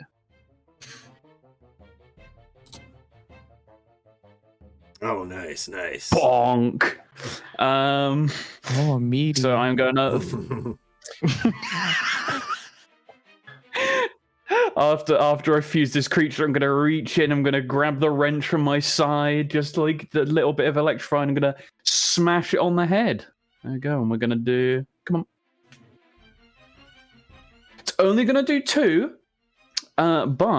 or 3, sorry. But I rolled over 20, so the target becomes impaired until the end of the round. So I think it's impaired for life now. it's impaired for life. Okay, it's Impaired for gone. life. As your wrench comes crashing into its brain pan, you hear a sickening crack as a big dent is left in the middle of this creature's head as it falls on its back and its legs curl in on itself. And that leaves Dwen. I just use nimble recovery. I'm getting the fuck out of here. I'm gonna go back into this little car. I don't want to heal, and I think that's what nimble recovery does. You make an action heal times equal to your healing rate when you move up to half a sweet. Yeah. There we go. Nice. And that's it. So, narratively speaking, what does that look like when you just collect yourself and get away? Seeing the 2 fucking bug creatures in front of me with spears getting stabbed, and I see this massive fucking robot muff dude come up. I'm like, it's the perfect time to escape. So I just quickly dash into the car, to take a moment to breathe, and I just use ram, I guess, bandages around my stab wounds. And I'm like, this will do for now. Oh, nice. So you kind of point. There's an Eidolon behind you, and they both look. Yeah, they're probably dumb. They probably look over there, and they run off. Nice. Very cool. Oh, that was them. Okay. So this one will disappear into the darkness. This one. So we have 3, 4, and 6 left. So 3 and 4 are going to actually they take a moment, look at their surroundings. See what's going on. You hear some kind of droning noise and chittering. And one of them grabs this noble and starts to fly off. The other one will attack the Eidolon to keep it busy, but the Eidolon will get a free swing on the one that is trying to take off with the noble. Come on, Eidolon. Come on. It's your time to shine.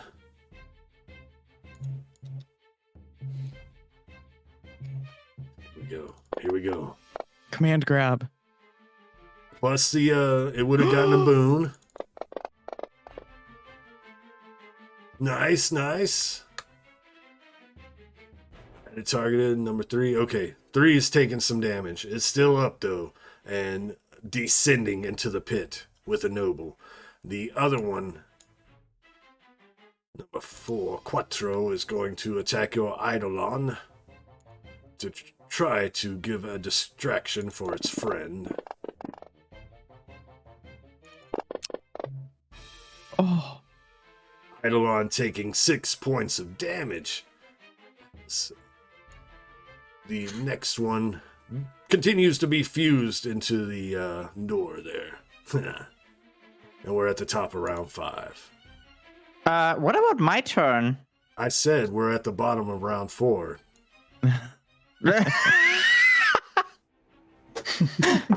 What would you wish to do, Gingko? I would love to just draw my dagger and put this thing out of its misery. I will not make you roll Destroy. for it. How do you kill it? Because honestly, Oh. I was showing the screen to everyone. It only has 1 hit point left. Oh, okay. Yeah, I just draw my dagger. I see it like flailing in the door, and I just stab into its head. Nothing more. Just and then I twist it and pull it out. Beautiful. Yeah, love it. Sounded And awesome. since I had a fast a slow turn, I'm going to step out of the wagon just to see if I can help anymore. Nice. There you go. And we're at the top of round 5, which I didn't say before, but now we are. Do we still see the one with the noble flying away? From your position, no, but Yazara can see it descending into the pit currently. Okay. Please choose fast or slow for this. My And we idol will- takes fast. We will be taking our 15-minute break after this combat, just a heads up. Oh, sweet. I can eat my cigarette butts. Excellent. Nice. Are they yours, or do you just find them on the street and just like put them in like a little pouch? Oh, I have like a little like pouch, you know. It's really cute. It has Hello Kitty on it. Understandable. She's eating the cigarette butts. Anyways, sorry. Anyway, Yazara, please choose fast or slow. Oh, my bad. And don't forget, Yazara, I believe you do have a golden rifle, too. You I'd wanted loath to shoot since the nobles are above a pit and they might fall to their death. Good call, good call. All right, so that would leave us with Gingko or Eidolon. I'm gonna let Eidolon go first. Executive decision. Why is this thing so Why? It's trying. It's trying. You were trying my its master best. path. You were going to be my salvation. I was You- gonna be so cool. You were the You have- chosen one! You were meant to save the party, not condemn them. So, Gingko, what are you doing? Good question. Excellent question. I'm so glad you asked. I'm still next to Dwen, right? Even though like I'm basically 1 foot outside, but like I can reach her, touch her, and stuff. With Reach out, touch consent. Grace. With consent. With consent, of course. I see that she still seems to be very, very badly injured. So I'm just going to give you some. I'll give you that light healing. as I just like again, this is child's play for me now. Like I see your wounds. I don't even trace the wounds anymore. I just scribble one rune onto your back, and suddenly you feel better. You get one times your healing rate. Do I just click on the? Yeah, just click on your healing rate. Okay. Excellent. You see Dwen's wounds start to knit themselves from the expertly cast rune life magic. And that's my turn. And that's your turn, and that was all the fast turns except for these guys. So this one is going to disappear into the pit. In the pit. And this one will not use an action to disengage or retreat, as the cool kids call it, and will get an AOP. And it used a triggered action to unfurl its wings, so your Eidolon will get a boon on this. Come on, Eidolon, you can do. Why? It hits though. It hits. Oh, it hits! It hits. It hits! Didn't have it targeted, but that is enough. 15 is enough. All right, let's see if we can kill it though. That's the only question. Ooh, 10 damage. Oh. You know how much health it had left? No. 10. No way! Holy shit! Oh. Yes way. Boom. Bloodstain. Eidolon, you are redeemed for the time being. To be fair, the Eidolon is pretty cool to have. I mean, even if it rolls bad right now, it still keeps us from getting damage. So. Oh yeah, of course. And we're back. Nope. Always cutting you off. So we're back. The scene grows quiet after the remaining insect people skittered back into their sinkholes. You notice some of the train cars, when you look down, you barely see like the tops or edges in the darkness. Yazara, you can see skittering movement like coming to and fro from some of the train cars, but otherwise you hear the moaning of one noble on the ground. What do you wish to do? Thank you, Davis.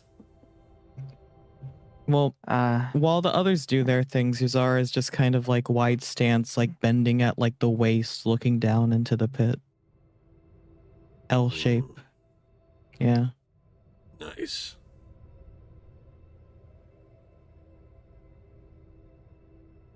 Do I hear we the should- moaning? Yes, you hear the moaning. Okay. I follow the moaning. I hope no one. I hope they are in pain and not in pleasure. Yes. Oh, actually, pleasure is better. Yeah. To the backside, you see a half-conscious noble man kind of rolling and just holding his wounds from the crash itself. I just basically my minor healing is basically just a poke now from my quill. A very specific poke, and they heal half their healing rate. No. Are you okay? What happened? Well, I could ask you the same. Do you know something about what would happen here? Like, who even are you? I'm the Constantine Rarshe. What? We were en route to the train. He looks and see the corpses around, the insect corpses. What's going on? Where is everyone? Who are you? Well, we are your saviors. Does it really matter? Oh, yes. Thank you. You saved me. He tries to like reach for something in his pouch, but his belongings. Yeah, I must repay you somehow. What is it safe here? Let's go. Where? I look around. Guys, is it safe here? I don't think so. We need to move fast. I'm like wiping the blood off my Eidolon's like singular fist that was able to actually hit something. So I'm just like, yeah, coming. I know not when the bugs will return, but I think this man should leave before then.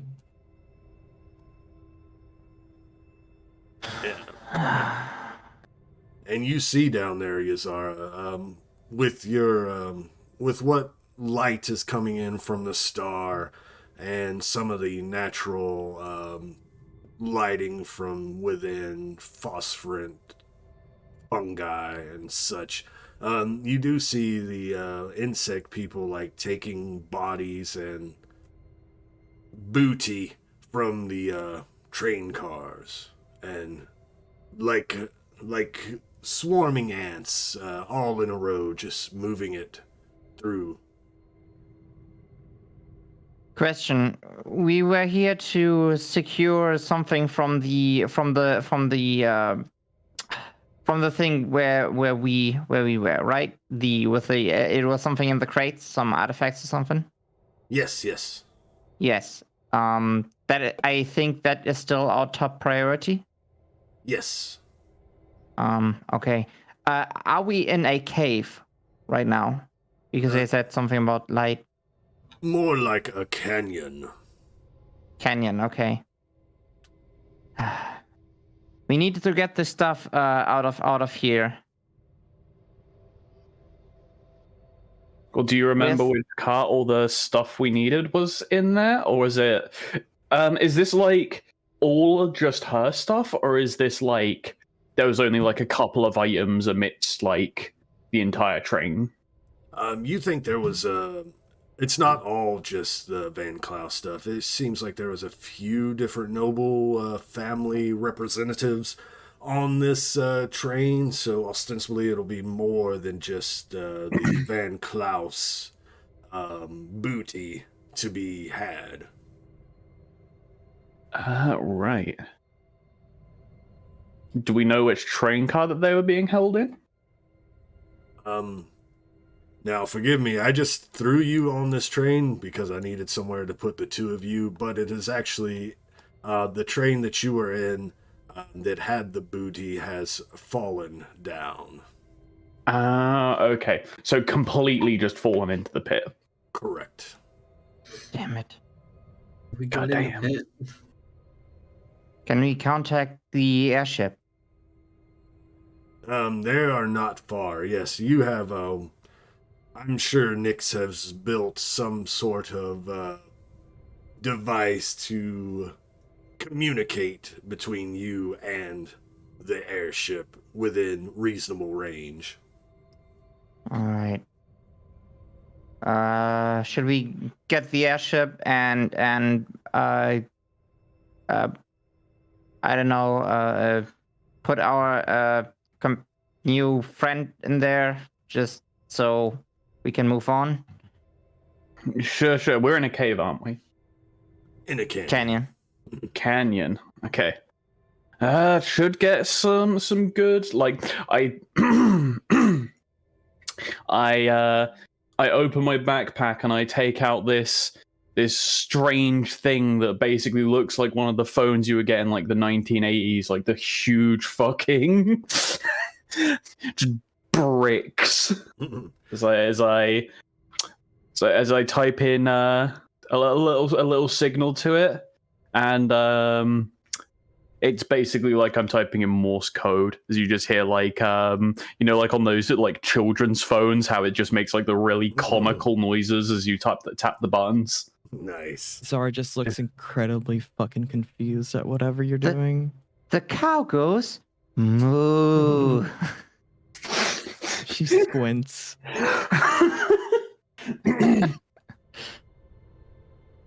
Nice. And a quick question is, he's been passed out, but have you been carrying finger nipples the whole time, or did you let him down? I mean, if you'll let me, yeah, sure. But if 'Cause not, it then sounds- he's like slumped over. It sounds funny. You still carrying finger nipples in one arm, unconscious, as you're battling these creatures. I imagine that their relationship has gotten so close that she has one of those like baby carriers that you have on the front, and it's just got him. No. We're bros. It's not like that. We're bros. It's got a papoose on her back. God damn it. What the hell happened? Can you get me out of this papoose? Get me down. I don't want uppies anymore. What are you talking about? You killed many bugs. You did a great job, finger nipples. Your fingers came in handy. Or something. I guess that makes me a big damn hero. All right, nice. I suppose so. Take care of this noble for us, could you? He will reach a finger towards the noble. Here, just take my hand, my finger, my good finger. Christ. As your Morse code message goes through, Nyx, the Zeppelin starts to hover above the canyon as close down as possible. The opening which y'all exited from, like a pulley system, is dropped down, and you're able to put the noble and finger nipples on the pulley system as they are drugged back into the airship. Nice.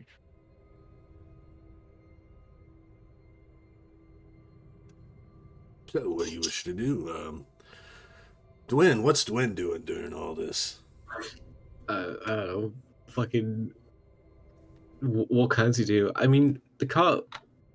My tokens in there. I'm assuming there's like nothing in there, right? Yeah, it was like, it's all jostled about now, but it was where some of the nobles were, or not actually the nobles, where some of the nobles were. But yeah, there might be some like food and stuff. There may be some objects, some like overhead carry compartments and stuff. Yeah, you could probably loot some shit in here for sure. I can have a quick gander and like, what do I roll? A quick rifling. You want to rifle through some shit? Yeah, go ahead and Yeah. roll a perception challenge roll. Oh. Nice. So while you are viewing things, Yazara, Nick's taking things in. Gingko, you heal the friend there and help get them up in the airship. All the while, you haven't seen Dwen for a moment, but you hear a lot of like sounds of like crashing and stuff, like not like big crashing, like something heavy landing on the ground or something, and Dwen is just not to be seen. But you are able to, in like jewelry, gold, whatnot, Dwen, you are able to find 21 gold crowns worth of booty. I put that in my pocket quickly before anyone notices. You don't want to put on a ring or a necklace or anything, come out all blinged out.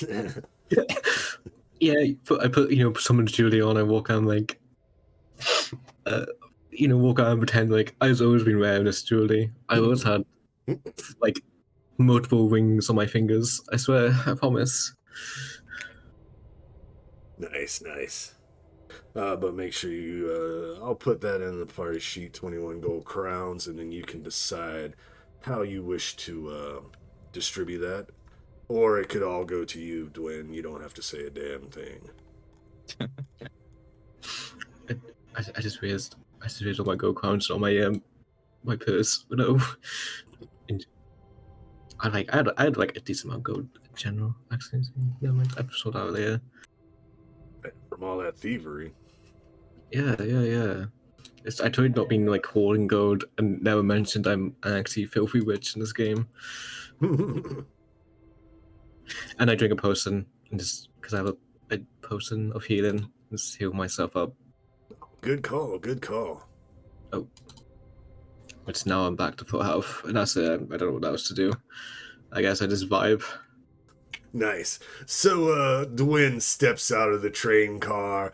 A couple of necklaces, a few bracelets, rings on every finger, chugging down a healing potion as you see her wounds start to knit up as she steps out, looking fucking fabulous. Can I have a pair of sunglasses? Hell yeah. Sweet. And I did say it's nighttime, so you're wearing sunglasses after dark. Fucking A. You never know what harmful rays the new star is emitting. You don't know. Mm-hmm. Yeah, you do notice. Like I said, around the canyon, you see the rock formations and stuff have turned into obsidian glass because of this anomaly in the sky.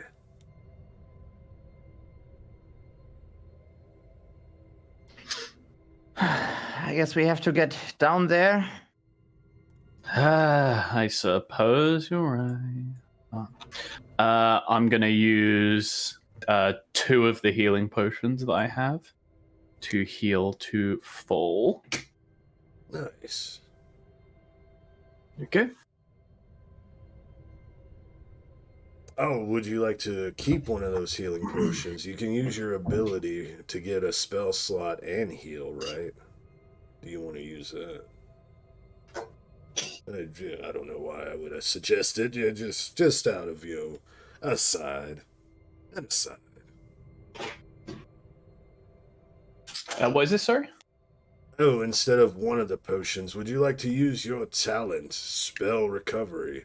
Because that allows you to heal your healing rate and get an expended casting of a spell. No reason. Just asking. Yeah, no, I'm gonna do that. Yeah, that's totally what I meant. Don't worry. All right, excellent. So Yeah, keep yeah, one of cool. your potions. Nice. All right, so what do you wish to do? So theoretically, the booty is down in the hole. So if you still want to go after that, yeah. But I mean, what do you wish to do, Gingko? I mean, we need to find a way down, right?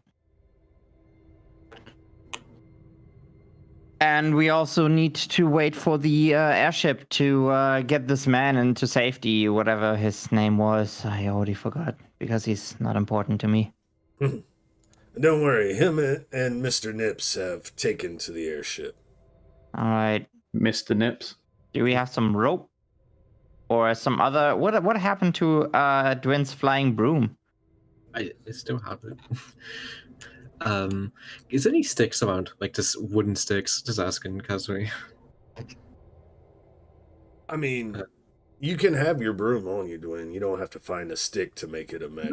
No. I just want to poke the pit just in case. Like I don't want to go in and immediately just like I'm dead. Oh no, yeah. You can find a stick to poke inside the hole. It looks like your normal sinkhole, though ostensibly created by insect people. Okay. I'm like, can I see down the hole? Yes. What I described to Yazara earlier, except for it seems like during the time you've awoken the noble and got him and Finger Nipples to safety, it doesn't seem like much movement is going on down there.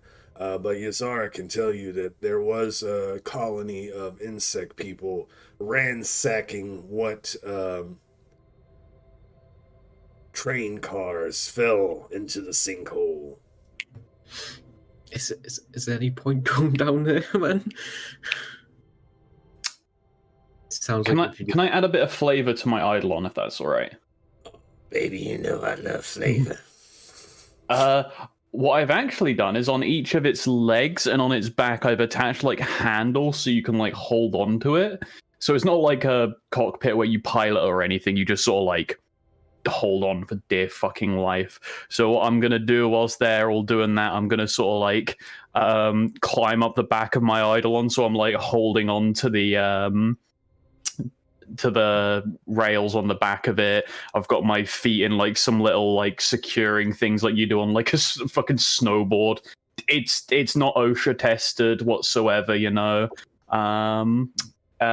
So what I'm gonna do is I'm just gonna order my Eidolon forward. I'm just gonna jump into the pit. All right, so the three of you see Nyx grab the handholds in their Eidolon that they created. The Eidolon slow pivots, and then Nyx and the Eidolon. Where's my target? Both disappear within the hole. Wee. Oh, Last one, there's a runner. Close penetration is inevitable. well, no, there's no going back now. And I have a question. I mean, I know how my spell works, but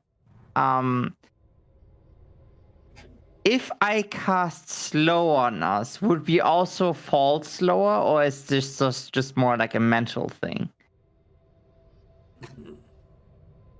No, your body movement would be slower, but gravity Okay. would still take effect. Gravity would still be a thing. Okay. Break your legs slowly. Yeah, can we hear the slowest snapping of bone as you You can look down and observe your knees popping out as in Oh my slow-mo. god, this is horrible. Do we find some rope? Does anyone have some rope that we can attach to the cart? Slide down. Or can I use Islis as my Eidolon and just jump down with her? You know Simple can broom you all down one at a time. Okay. I mean, if you want to do cool shit. I thought that wasn't an option. No, it is an option. Of course it is. All right. We need to go down there because the stuff that we need. Because this is the stuff that we need is down there, Dwen. Okay. Dwen can use the broom, but if you wish to continue with the idea and have Ysara do a superhero landing to the bottom with you on her back, I love the picture. Do it, no balls. Okay, fuck it. I just copied Dwen, just getting into the same position. Fuck it, let's do stupid shit. All right. Down we go. So after Nyx disappears into the hole, the scene changes. We see the light from the star. We see a dark cavern as the Eidolon slams into the ground. The whole earth shakes, and we can't really make out what it is, but you see like movement on the wall skittering away, like in fear from this massive earthquake that happened. And then we switch the scene back to the top where you have your little discussion. Gingko climbs up on Ysara's back, and the scene changes back again as you're stepping down off your Eidolon, Nyx. Ysara, superhero, lands right beside you, shakes the earth, not as much as your Eidolon, not even close, but enough.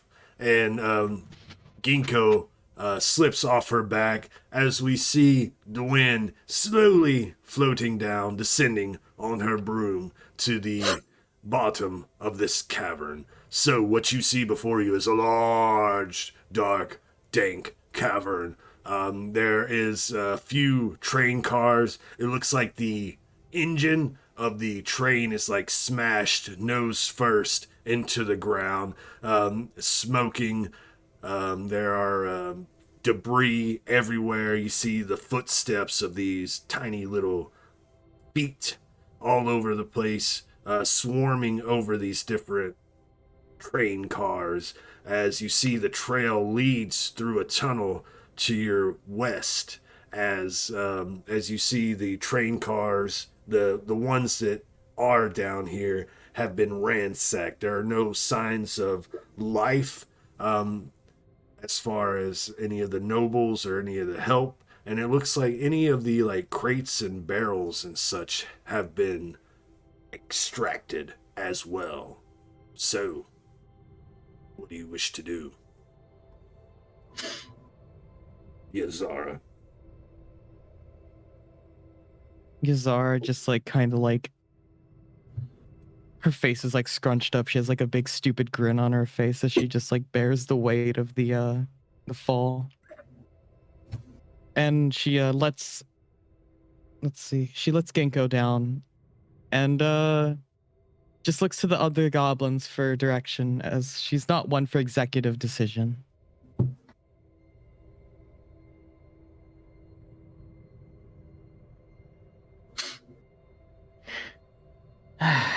All right, I'm sorry. let's do this.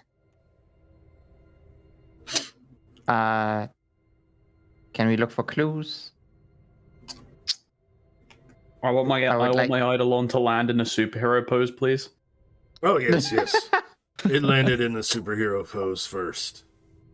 That's how Yazara Smashes got onto the idea. floor, just echoes down the entire corridor as I'm just like, yes! Oh, yes. Like I said, the earth shooketh once it hit the ground, and it left its own little crater within the crater. Craterception.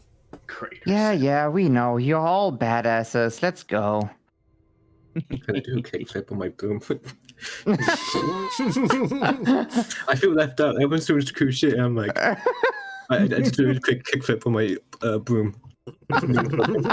We're taking back the spotlight from all the times you've rolled 20 plus in every single combat. Let me have this, okay? The whimsical cuteness of you on your broom has, its own value in itself. Oh, yes. It was so cute, you slowly descending after everyone slammed into the ground. It was a cute little scene. Can I light? I have a lantern. I'm just gonna light it. I assume it's dark. It's dark down there. Oh, yes, especially the path that you need to go down. There are some phosphorence fungi, but not enough to keep your vision completely. So, yes, you may need some lightage. So, Dwen wishes to light a torch. Turn. You have a lantern, and I'm gonna attach it to the broom, like in front of the broom. It's so fucking cool. I love it.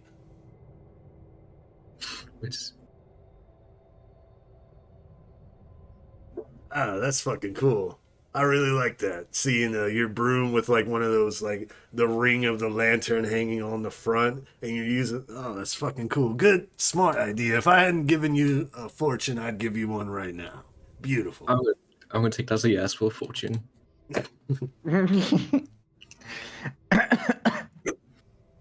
I would like to. So we knew where the wagon was with the goods, right? The ones that we need to get. Yes. It's down here, and like I said, it looks like it's been ransacked, and the location that the creatures drug the booty off to is very visible to the west through a tunnel. Okay, let's follow the tunnel, I would say. Sneaky. Oh, that's the word I was looking for. Let's get some agility challenge rolls. Oh my. Does my Eidolon have to roll it? Oh no. Honestly, it does. Oh, Never mind. Can I use guidance? 27. I am invisible.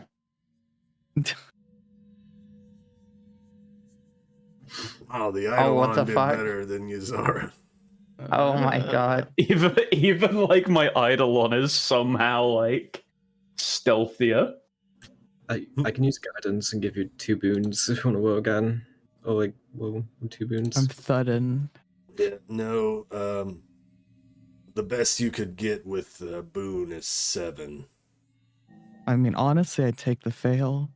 But I I think mean, it's more interesting. yeah, don't worry about it. I'm treating this 5e rules, so group check. So the majority of you passed. If that is okay with you.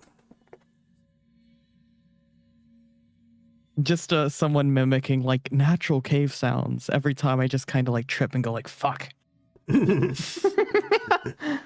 drip, drip, drip. Or something. I don't know. You can probably do some weird sounds with your mouth. Anyways, how's our stealthing going? Pretty good, but I wanted to check something real quick in case you wanted to do this. Dang it. Nyx, there is an action you can do if you wish. Can I drag? Nope. Your Eidolon, if you wish, it's So you can use an action to touch one construct, such as your Eidolon, or an object you can reach if you maintain contact with the target and concentrate for 1 minute. So before you went into the pit, make an intellect challenge roll, and success the target heals 2d6 damage. Oh, Would you like to try that? how much damage did it take? Right now it is 17 damage, and it has 50 damn. health. Okay, cool. Intelligence challenge roll.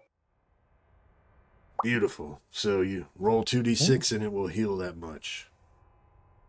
3! Beautiful. So how did that look? Please describe that for me. So as you were all doing that, I was just like polishing it up, like just replace it, like bending a few of the plates back into place that were like attacked by the mandibles, like hammering out any dents that it sort of had, just more making it look like a little bit more presentable as opposed to actually repairing it. But it gives it a little bit of a bonus.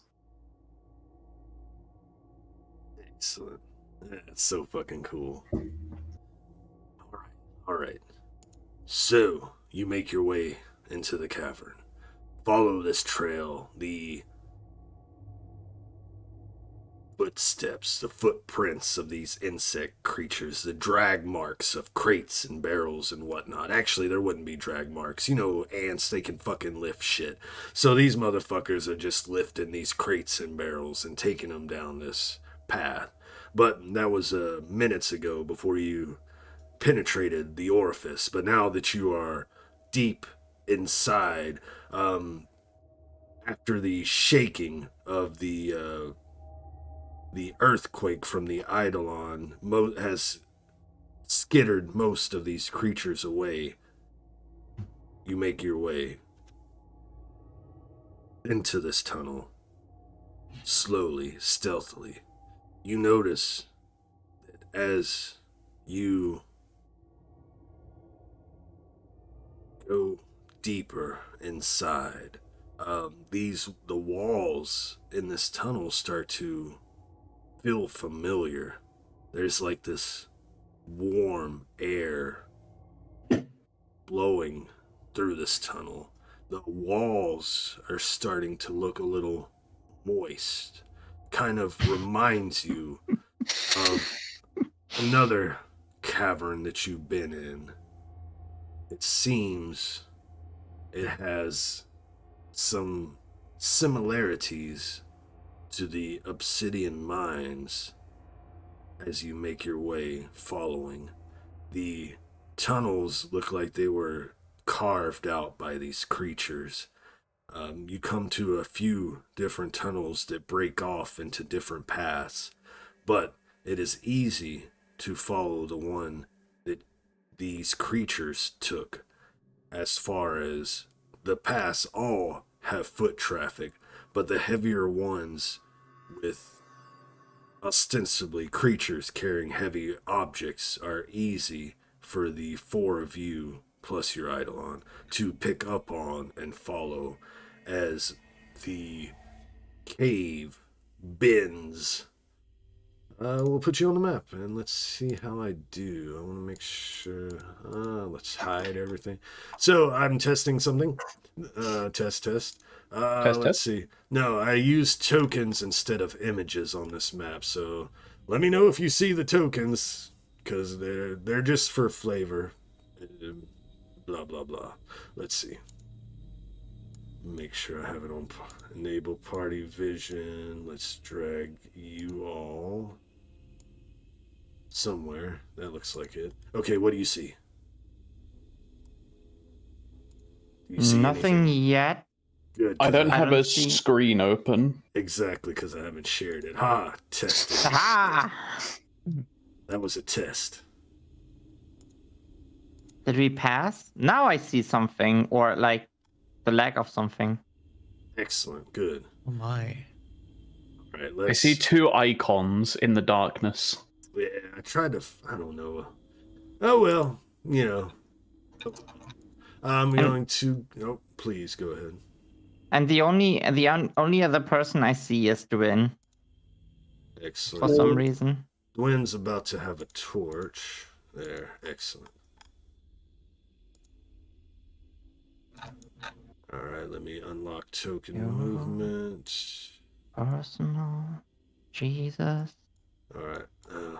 Amen. was- Ameno. I was doing this blind. Let's see.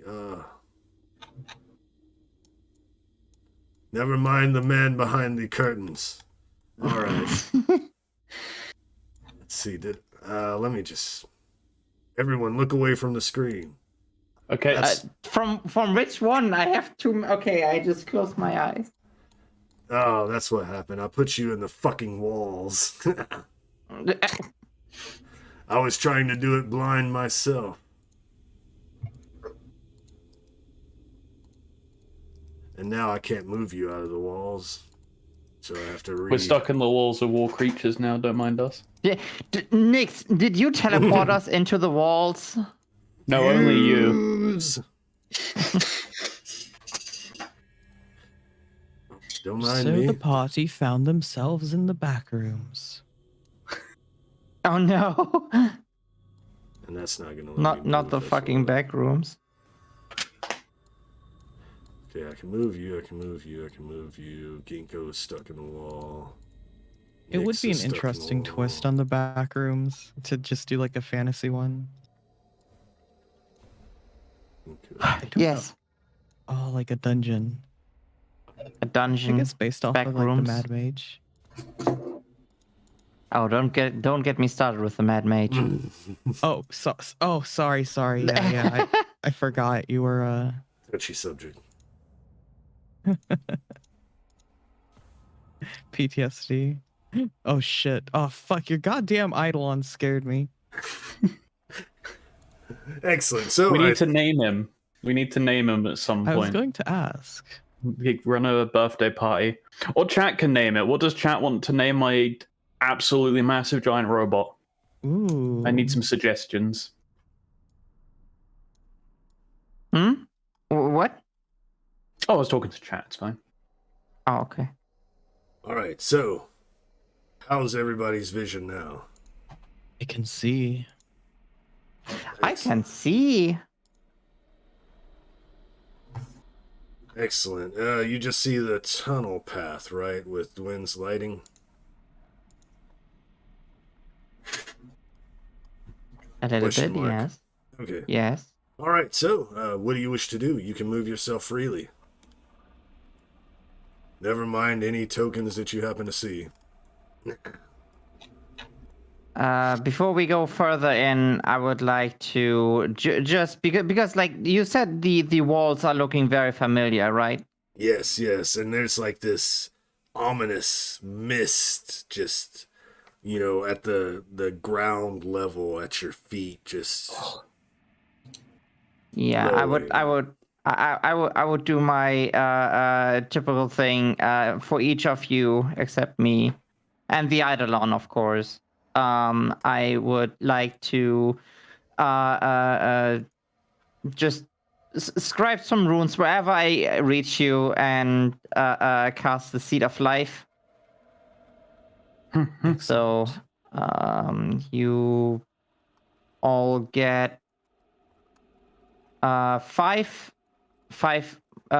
things, maximum hit points, temporary hit points, basically. Basically. Nice. Very poggers. Thank you, Gingko. Yeah, I know. Let's go. Ugh, so moist in here. Moist. Don't say that word. Moist. What's wrong? What's wrong Stop, with the word don't moist? say it like that. It's not a pleasant word to hear. Okay. not? I just like go like walk past Dwen as they're holding it, and I'm just like moist. Stop it. Yazara just gives Dwen a pat on the head. Don't worry. It's not moist here. That moist, at least. You'll be fine. Just a word. Get over it. Now, if you wish, Nyx, I gave your Eidolon a light source as well. If you wish for them to have like some kind of compartment to have like a lighting, that way they can be like a part of your fucking lighting sources. They have like a little like hatch opening in the front that just has like a torch in it. Like it's like you know, one of those like really crap spotlights that just like flickers occasionally and it's just like got really low power. Call it Whopper. Okay, his name is Whopper now. Whopper. I'm gonna call it Whopper Junior. My next creation will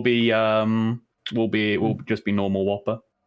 And then after that, it will be double Whopper. Yeah, the episode it grows episodically. Every episode I come and fix up a little bit. So at the moment it's Whopper Junior. It's my son. It's also like moving by like because we're all trying to be stealthy. It's like shuffling slightly, so it's like lifting its leg like a centimeter off the ground, then like putting it forward like really fast. Oh, that's beautiful. I love that imagery. Nice. All right, so you make your way in. You see the path splits to your left and to the right, or continuing forward. You see when you get there, Dwen sees, especially with her lighting, you see not necessarily web, but some kind of strange sticky substance on the walls. You see what appears to be bodies within the substance and some strange sacks laid out before these. That's good. Let's continue onwards. Does anyone in there look still alive? Give me a perception challenge roll from that distance. 22. Oh yes, from the corner or from the edge of your shadow sight vision, Gingko, you see that this sticky substance is moving. It appears that someone is alive within. Come on. Guys, there's still someone alive. We should try to help them. Someone or something. They Is it humanoid in form? Yeah, Can you tell? what form does it have? It does look humanoid in form, but it looks about the same height as Gingko. Oh? Oh no. Okay, yeah. I go a little bit in. Come on, get someone with light. Dwen. I don't want to go in the spider shit. I like prep my flamethrower, seeing all of like this shit on the walls and stuff like that, and I'm just like getting ready just in case. Yeah. You said here, right? Right here. Yeah. But as you walk by this little Gingko, this little patch of what appears to be some kind of sack patch of sacks. They look like they're pulsating slowly, almost as if they're breathing. Ew. I take steps back.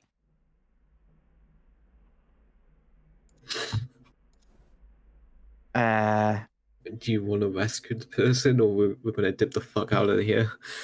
As your light approaches, Dwen, your broom, the object or individual, whatever it is, starts shaking a little bit as you approach, and the light kind of lights on their face. You see a portly looking halfling woman struggling in there. She looks up. Ja, help me, Ja. Oh. Who we think it is. Is that Karen? Wait. Are you the ones who killed my son? Is it time to initiate Exterminatus? Do I just burn this entire chamber to the ground? Please. You know, she could be helpful for us. I don't know. Please. They did something to me. Please help. She starts coughing and choking up blood, and you see within her fucking stomach starts to extend out until the flesh rips, and this larva-like creature with mandibles starts snapping, and blood splatters on the floor as this creature slips out of her body.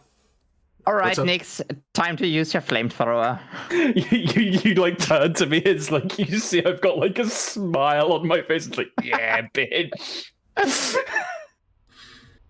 Excellent. You step in, start your flamethrower up, and start burning, turning left and right. We see the scene as the three of you and the Eidolon behind Nyx as she starts waving her flamethrower to and fro, burning what is in this room. The eggs start to split open, and these little worm creatures start falling out and start shriveling and screeching and dying, and all the individuals that are trapped in here are some of them come to as the fire starts to lick the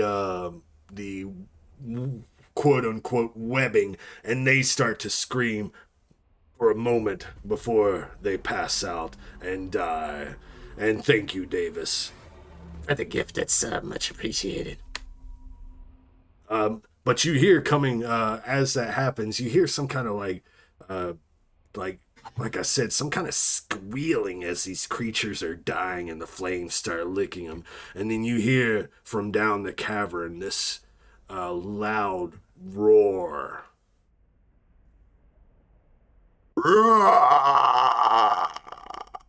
Something like that. Where did we from where did we hear that? This direction. What bloodborne boss did we just spawn? Oh, okay. Oh boy. Okay, our job here is done. After burning everything just before they leave, is there anything on Karen's body? Is there like a necklace, some jewelry, anything? Oh yes, the signet ring with the House Van Klaus symbol on it, of course, is there. What I do is I just take the ring, pocket it, just leave. Nice. I could fake being her, and we could get money. Let's do it. Like, fortunately, I go to the bank. I got the wing. I use my changeling ability and just take out all her money, and we're sorted. Let's get the fuck out of here. Nice. You know the world is going to end if we don't do stuff here, right? Yeah, I understand. No. Wait, I thought we just get treasure. Okay. Not my problem. Hey, between now and the world ending, it'll be the most fun party you ever had. It's not a bad idea. I assume we're gonna go down here now. Yep. Oh, look at that. Fuck. More of that shit.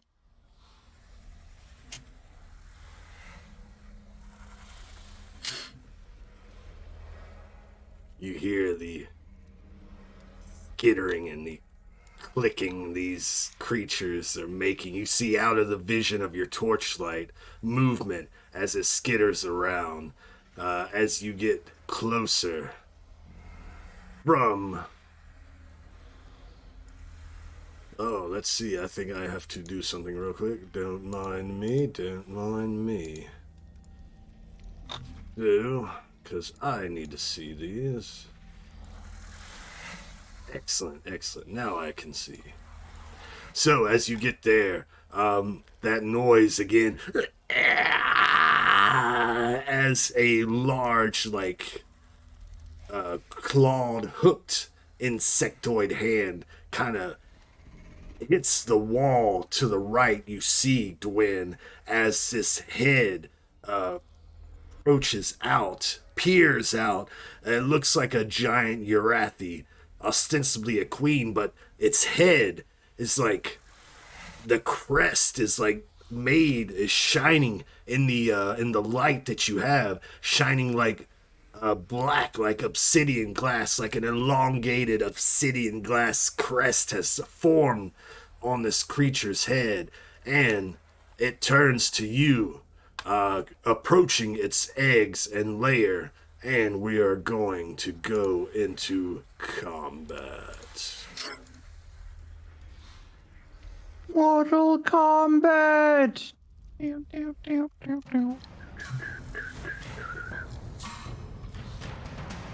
I will...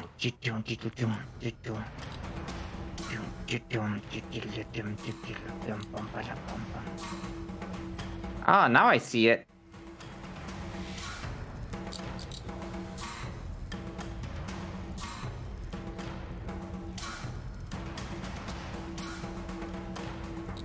All right, most excellent. So, who wishes to go first? I Out would of love to Gingko go. and Nyx's Eidolon. Sorry. Didn't mean to cut you off. My apologies. Sorry. Ginkgo, Wait, go. Nyx Go is- for it. Yeah, I go for it. I want to go for it. I see the what it's supposed to be, like a queen or something. I just as with the glyphic prison, I draw out my gun and have some glowing ammunition in it. I shoot like how you would shoot a flare, like it comes out, the stone that comes out of my pistol keeps a blue dusty trail behind it, and it explodes right next to the queen here, and whatever creatures are in its vicinity, up to 5, they are going to make me some will challenge rolls as I cast slow on them. Most excellent. What is the range you said? Medium range, it says. What's the area? I'm sorry. What's the area? Up to 5 creatures within medium range. Each Okay. target. Yeah. Okay. Was Wait, just- that also... Oh, hold on. I think that also means I can target whoever is this one. I think I can only target the ones that I see. That's what I'm thinking as well, so... Yeah, so I guess those are both in medium range? Yeah, these two you can see. I will give you those two. Yeah. They both please make me... Agility challenge rolls or strength? Yes. Will. Will. All right, that was agility. Let me do will. Should have kept the first one. Nah. Yes! Finally. You're at the soldier dose.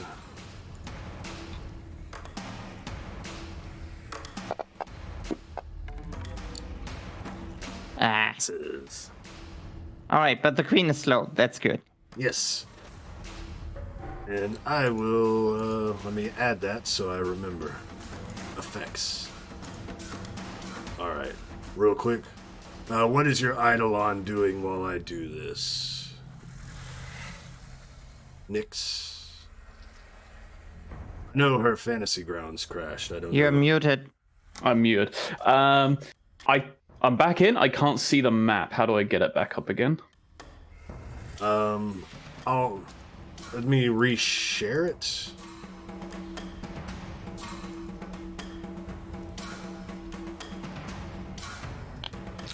If not, oh, there we go. Can my Eidolon move and attack, or is it just a fast? You can take the charge action, but it will get a pain on the roll. Yes. But it can. How far can it move? What's my Eidolon's movement? That is a most excellent question. I'm so glad you asked. Let me look that up real quick. Eidolon. Speed is 6. Oh, Low boy. so he's just gonna clunk his way over, I suppose.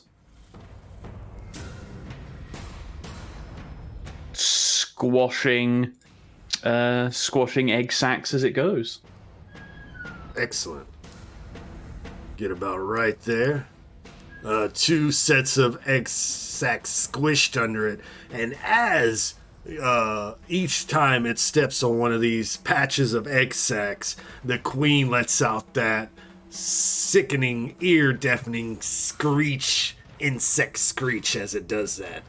Welcome in, Gasbang. And then that was your Eidolon and Gingko, right? Mm-hmm. So we're in slow turn, so that means when Nyx or Yazara.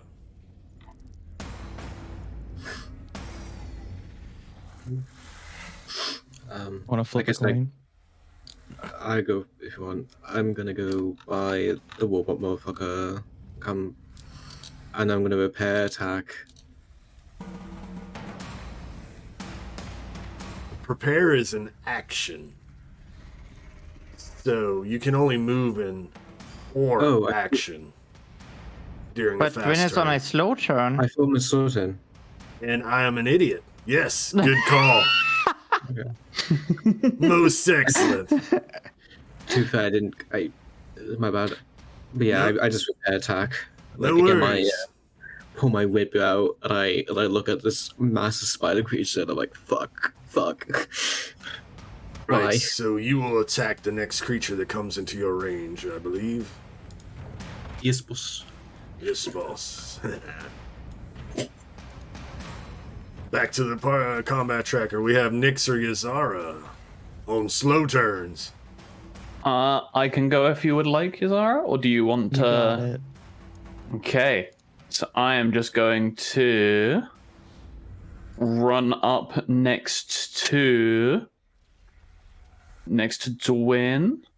About oh fuck it there. And I'm going to flamethrower. Do I see this one around here, or is it just these 3? Because I can't tell if this is like a wall or not. I'm gonna move Dwen real quick so I can see better. Looks like... Alright. From you, that is not shift. Alt. Yes. So theoretically, the flames will lick around the corner. You said it's 5 or 4? Yes, it is 5. Yeah, theoretically, the flames will lick around the corner. So basically, you can hit all of them with your flamethrower. Yes. Let me actually try something quickly. If I roll the attack for the flamethrower, does it... Nah, damn, you have to do the rolls for each one. Yes, I do. I was hoping that it was going to do it for me, but... C'est la vie. I shall make agility challenge rolls. Does slow do anything for that? Question mark. No, it only is that she only can take slow turns. Okay. And chat, let me know if music is too loud. I had to turn it down for myself, but let me know if it's too loud for chat. So, agility challenge rolls. for the queen. Ooh, let's go. Well, there goes all my good rolls for soldiers 2, 3, and 4. That would mean there might be a 1 somewhere. Agility. Agility. Agility. Fail, fail, fail. Holy shit. Let's go. Alright. So I don't have to mark half damage for anybody, so full damage for everybody. Yeah, fucking bunt. Ooh, and the queen takes 12. Oh, Wow. let's go. Nice, max damage. Beautiful. Fucking. And with that, I will use my Faun ability Quick Step to jump behind Dwen. For 1 movement. Excellent, excellent. Go get him. Oh, that was beautiful. Nice. Fucking love it. Yeah, so Dwen, your Eidolon runs up, smashing some eggs on its way. Gingko, you cast your spell, fling your rock. The dust covers the queen, but none of the others. Dwen, you rush up, you have your rapier prepared, looking left and right, waiting for the first foe to strike you. Nyx runs past, flamethrower in hand, and just lets loose a gout of flame back and forth. The creatures, not prepared for the fire, squeal in pain as the flames lick past them, and then she hops back behind you, and now it is their turn to repay the favor. But What about Yazara? oh yes, Yazara, it is almost their turn. Yazara, you are on slow. How do I can't see the distance of It's enough. If you have 10 movement, it's enough. Okay, I'll just run up to it, Lamau. Lama. Oh, but Dwen ready to turn, Lamau. though. Yes. And that is another thing. That is a beautiful thing about Shadow of the Demon Lord. You get to decide when you go, so we know that Dwen's doing that. So, Yazara, what would you like to do in that stead? I suppose I can, but there's so much down south. 7. Fuck it. I'm sorry. I have to run in front of it. It's my destiny. So You are Yazara, destined. yeah, and Yazara indeed runs in front of the beast, drawing her sword in the process and bringing it down once she reaches her quarry. Roll. Roll.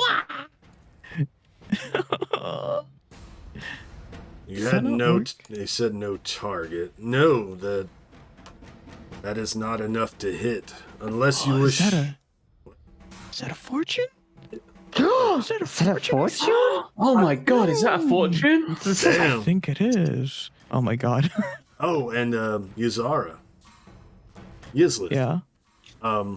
Since you are spending a fortune, I'm 100% sure that you are doing a something, a powerful attack, right? Oh, yes, certainly. I am doing a power attack, which allows me to add 2d6 extra damage, as you can see in the chat right there. Yes. And then, Excellent. since it hit, I do another d6. And you know what? Since it hit, I think it's going to do another d6. Wow, Yazara, you are very fortunate. So that's fucking 10, 15 extra damage.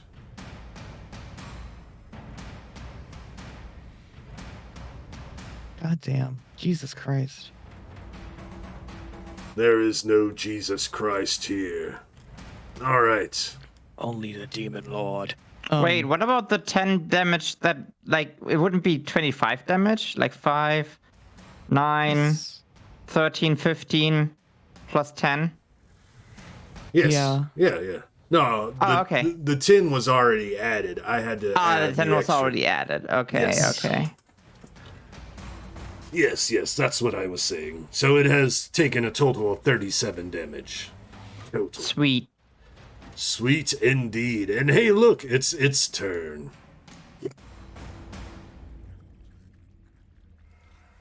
Oh. Oh, I'm in front of it, aren't I? You Oh no. Oh no. Where do we attack now? are. But actually, 10 yards tall with a radius of 2 yards. 2 yards radius. What's that? 2 yards? Oh, is that 2 yards? Oh. Oh, no. I think I can. The Eidolon might be safe. So, it will start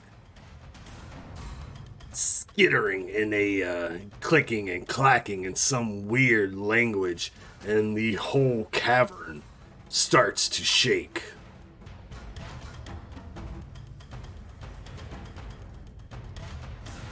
Let me bring this over here just so you can read it yourself. The ground erupts, throwing rubble into the air that rains down and deals damage. Creatures, blah, blah, blah. Each creature must make a strength challenge roll. So the three of you, please make me strength challenge rolls. Can I use no, it's a triggered action. Does that mean I can use it as it does a move, or is there like I have to wait till my turn to use it? What's that? Confounding tricks. I can when a creature within soul range of you would make an attack roll or challenge roll, you can use a triggered action to pose 1 bane on that roll. It's not an attack or a challenge roll. You are making the rolls. No worries, no worries. Oh, strength. One way strength. Okay. Strength. Shit. You can use your trickery on this. Okay.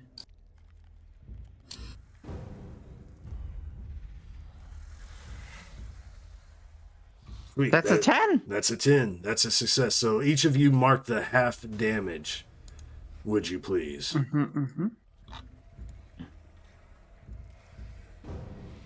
So targeting Yazara, targeting Nyx, and targeting Gwen. As the ground around you starts to shake violently, rocks fly into the air as this creature raises its arms in the air, skittering some kind of crazy magic spell. As the rocks rain down on you, you take the pleasure of... It rolled once for everybody, so that's why it looked like so many dice. Okay, and then you heal. Yes. Because it has been like what, 5 extra points? I don't think you take any damage at all. So if you Is let me it- just... Oh, go for it. Is it a half or a full heal? It's a full heal. Like one of your Mamma mia. it's crazy. one healing rate. Yeah. And plus 5 because you had like 5 extra health points in the pool. Wait, do I just heal? Okay. Yeah, you heal. Okay. You heal from that attack. So the rocks fly up into the air, start raining down. As they do, this like magical vine starts to wrap around each of your body, and the rocks are just slapped out of the way, left and right, as the rocks rain down, and the seed of life blocks this damage as the vines wither and fall off your body. If that's cool. Absolutely. Nice. Very. And I believe you passed. So normally, creatures are 1d6 yards away. Each creature must make a strength or fall prone. Afterwards, the ground within 5 yards is filled with rubble. So it's basically difficult terrain near the queen now. And you are all, even though you succeeded, you are all moved 5 yards away.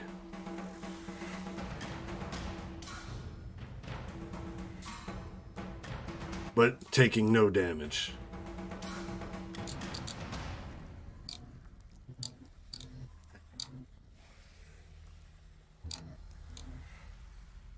Excellent. All right, that was just the queen. Now for these other individuals. All right, so we're on one. One is up here. You get pushed back, Yazara, as the rocks fall into the ground, the seed of life protecting you. From behind, you hear the sound of a buzz as wings unfurl, and this creature comes barreling down at you. You're just going to go ahead and move everybody and get it going. This one will take to the air and start flying, seeing something that could possibly affect its queen. Will stop there to protect the queen. The two that were in there servicing the queen will come out as well to help protect their matron. So targets, let's get targets. So Eidolon, Eidolon.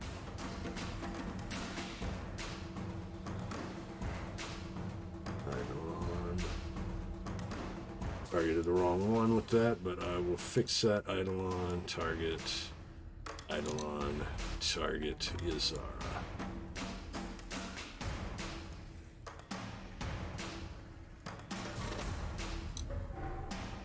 Let me roll all these up real quick, and then we can do narration. Nerd Nation. Nerd Nation. Nerd Nation. So, first attack on Yazara. That's definitely a hit. Let me know if you have any crazy things to do while I do all this, but... And then the Eidolon.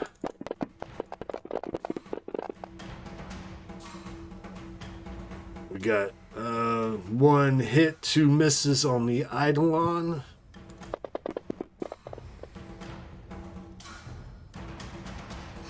Alright. Let's see if I can do this real quick. Turn order, clear it. Round 1, round 2. Top of round 2, please choose fast or slow turns. The queen can only take slow turns, but all the soldiers will be taking fast turns. My Eidolon will take a fast turn. You're goddamn right it will. Alright. So, it looks like the only party fast turns are Yazara and Eidolon. So, out of Yazara and Eidolon, who wishes to go first? Go for it, GoBot. Okay. Does Whopper Jr. only have hit with appendage? Is that like the only thing it has, or does it have like anything else, like a sweeping strike or anything? It has access to all the standard attacks that a player could use. Let me pull up my cheat sheet.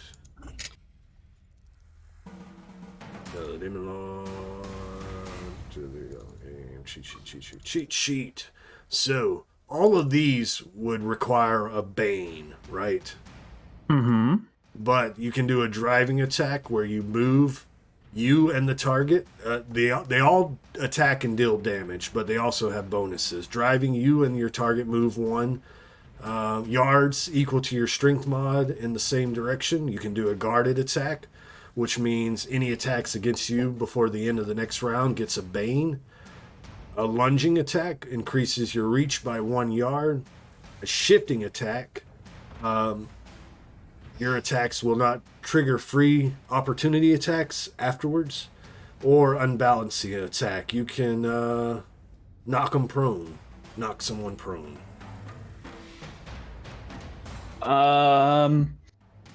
Whopper Smash. Whopper Smash the Corrupt Soldier 4. Sorry. Alright, Whopper Smash Corrupt Soldier 4. Let's see. Where is Whopper? Down here, target. Numero 4. Come on, Whopper! Oh, I still had a boon on that. That shouldn't have been a boon. But, if you wish, we can use the player boon for that to make it a guaranteed hit. You know what? Sure, let's use the player boon. Let's let Whopper hit. Whopper needs this. Needs the confidence. Oh, nice. Nice. So Whopper smashes down on this Urath, cracking their chitinous carapace. And then that would mean Yuzara. Since Yuzara was bonked, she looks a little peeved. Rising Fury's activated. Yuzara swings at corrupted soldier number 1 with her greatsword and misses. Let me just add that boon. Hey, that's a hit. It actually hits, just kidding.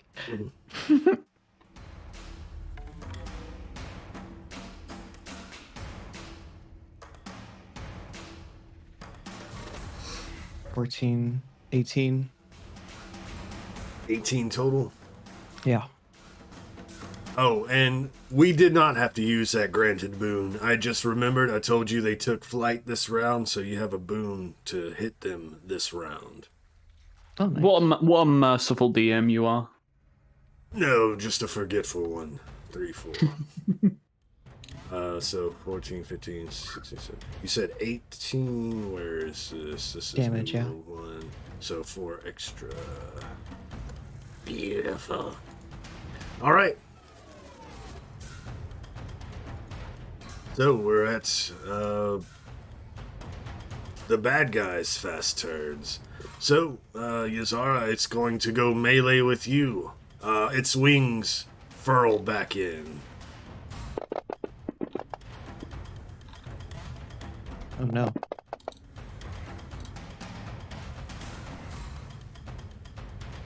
It clicks and clacks as it stabs its spear into your flesh. Flesh. Now, the other corrupted Urathi soldiers are going to try to put the boots to the Eidolon medium style. Oh no. Medium style. Wow. Not bad. Yeah, thanks. I try. No, I mean the Eidolon. Yeah, he's so fucking like he's got such high agility, you know? Just avoids everything. Oh yeah, this is Okay, I thought more of the armor is unpenetrable, but No, you would think whatever. so. You would think so. You would think that they're missing because their spears can't bite the armor, but no, it's like a little ballerina dancer just gyrating its hips and such, missing these spears. Wow, good fucking rolls. And that would be the top of the slow turn order. Dwen, Gingko, or Nyx. I go last because I need to see what you do. What do you do now? What do we do now? I guess I go next then. Fuck it. Fuck it. Yeah, I walk over to this. What are these fuckers called? Corrupted. I can't even say. I'm not gonna bother trying to say that. I'm gonna pull my whip out. I'm gonna attack it.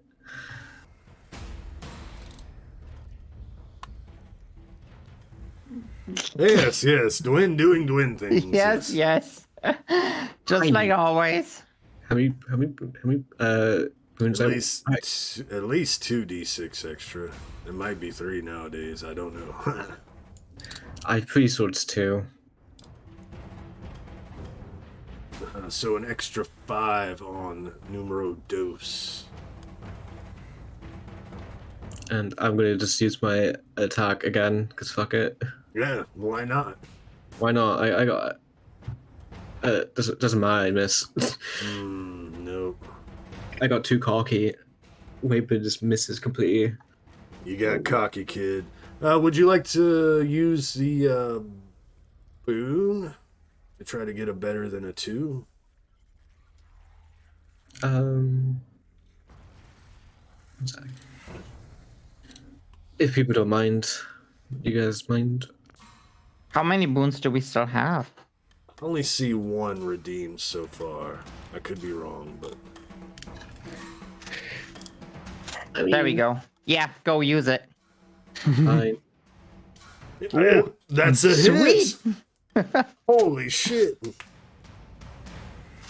And I just roll weapon damage. It's only 1d6 because you only get your backstab once per turn, but you do get the extra d6 from trickery twice per turn. So one more d6, please.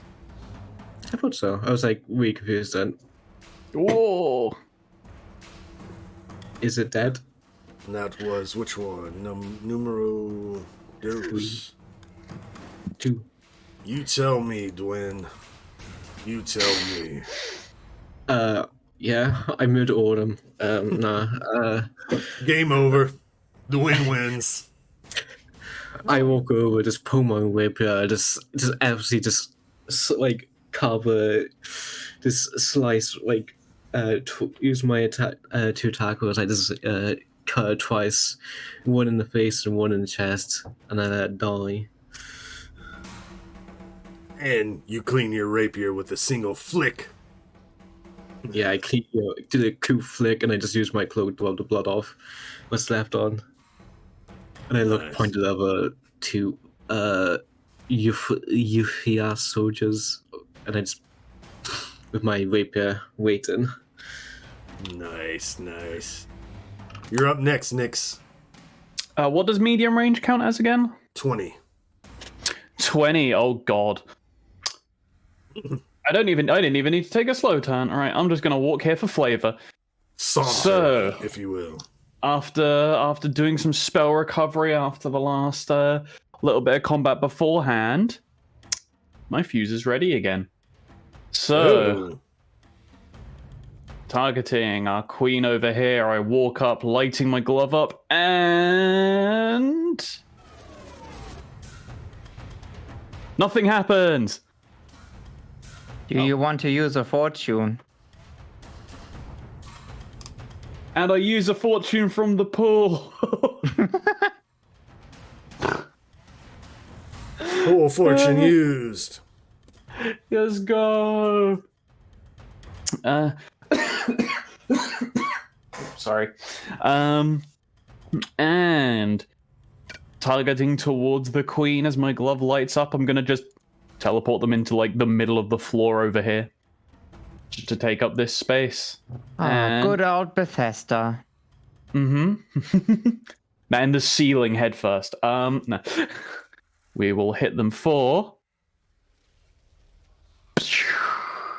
Nice. Please show me where you said you wanted to teleport them. There. Just in the center of the floor, you know. Oh, okay. Fused into the ground. So half of their bottom legs are fused within the ground. Mm-hmm. Their bottom legs. Yeah. Because they have multiple. Ah. It hisses in pain, turning its large, phallic-shaped, obsidian-crested head towards you, Nyx. And it's Gingko's turn.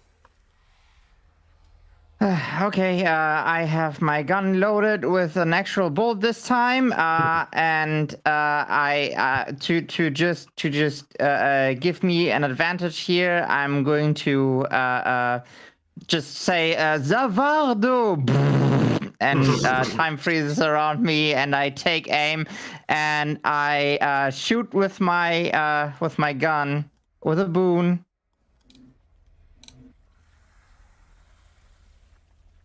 Does a 27 hit the queen? Oh, you got it. Yeah. Okay. So basically, as I shoot, the time is frozen around me. I shoot. The bullet comes out and then sticks into the air for a little while, and then the time goes on again, and the bullet flings into its head, dealing 7 points of damage. Nice, nice. You see a piece of this obsidian crest just kind of crack off and fly back as your bullet pierces it. Beautiful description, by the way. Nice. Anything else? That's all I can. Well, I can move. So I'm going to move a little bit like here. There we go. Nice, nice. Now this queen has so many targets, so many things to do. What does it do now? It doesn't do anything because that's part of the spell, right? Which one, fuse? Yeah. Oh no, it can still she didn't get 20 or higher. So Oh, it's on 20 or higher. Okay. yeah, so it just took damage. It can't move unless it cuts its legs off. So it can Okay. still do stuff, but it cannot cast that spell anymore this turn, and everyone's out of range. And Nyx, you're the one that did that to it. So you see its jowls start to drip. You hear like a singe as this drippage hits the floor, and it spits a glob at you. Let us target Nyx. Clear targets, target Nyx. Blah, blah, blah. Does a 29 hit? Oh,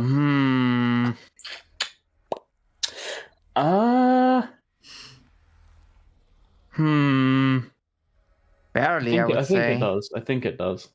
So think of a large green oozy freaking loogie comes flying at you.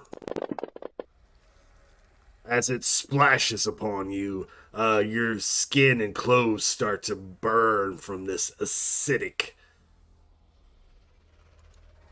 acid. Nah.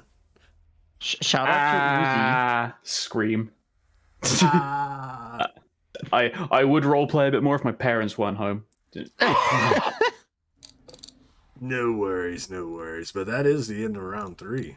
We have a fused Urathi queen, 3 soldiers still out and about.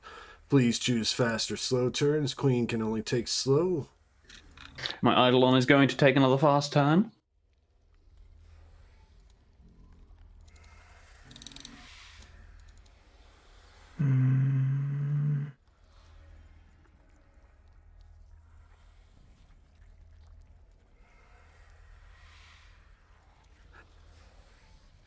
I hear the crazy sound effects, but the music stopped. Gotta start that up again. Actually, we're almost to the end. Let's do the intro music.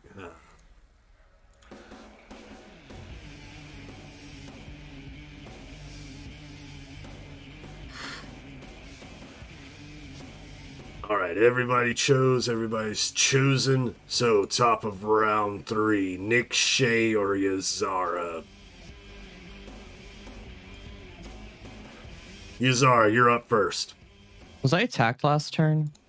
You're goddamn right you were. Yay, Rising Fury. Wow, that is really rising fury there.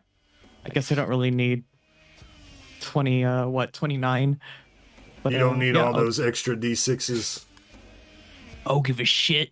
I'll roll as many d6s as I want. Oh my god. I need the extra d6s. I need the extra d6s. But, don't worry. You yeah, splatter this 15. creature. Excellent. And that was your fast turn. You did your action. Aye. Nyx.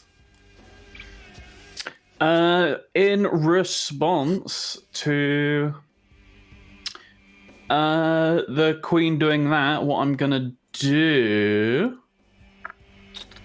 What am I gonna do?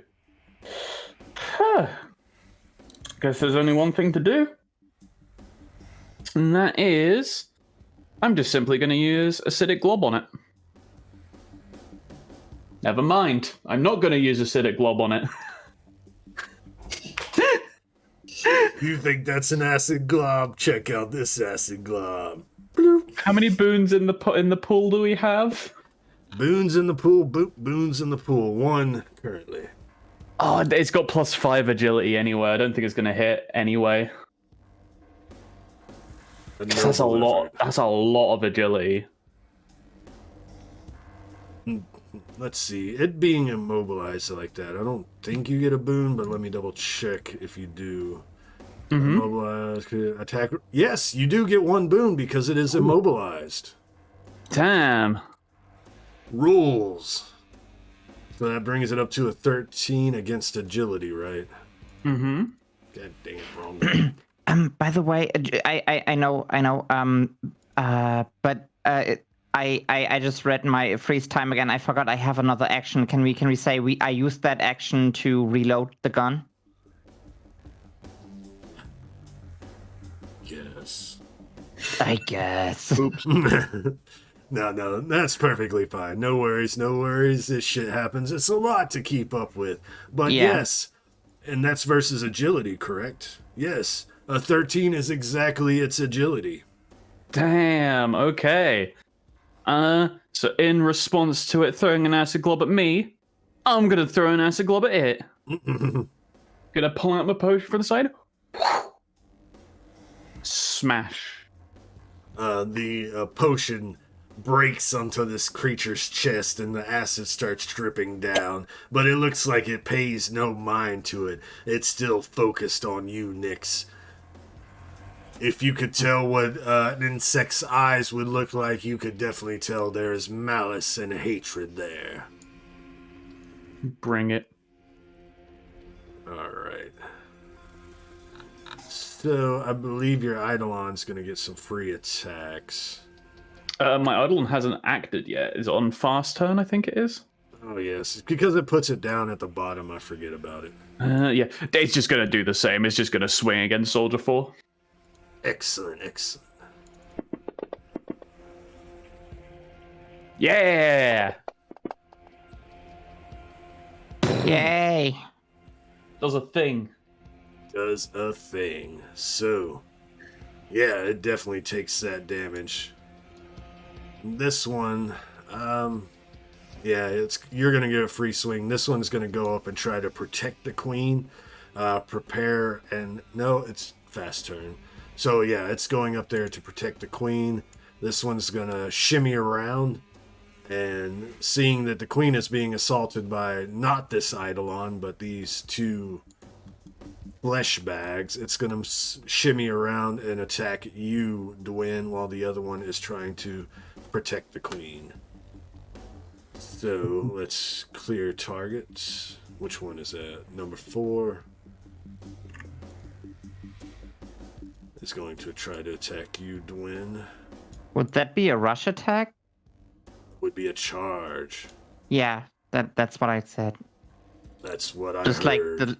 the letters were a little bit different coming from my mouth.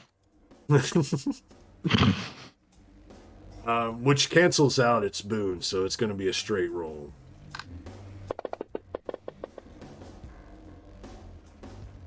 It still had the Eidolon targeted. I thought I had Dwen targeted. I attacked with the wrong one. It's okay. Does a 15 hit you, Dwen? My defense is 15. So Alright, so enjoy 6 points of damage as it stabs into you and takes a defensive position against the queen, not realizing that the murder machine behind the queen is still active. Let's see, that was their turn. That was the Eidolon. Now we're back to... Now we're at the top of slow turn. So Dwen or Gingko? I can go last. Oh, Dwen. actually... Nope. No, it's fine. Go, Dwen, go. am I targeting it? I think I am. I'm gonna use my whip on it. And I'm gonna get 20 probably. I didn't get 20. Oh, But you hit? I hit.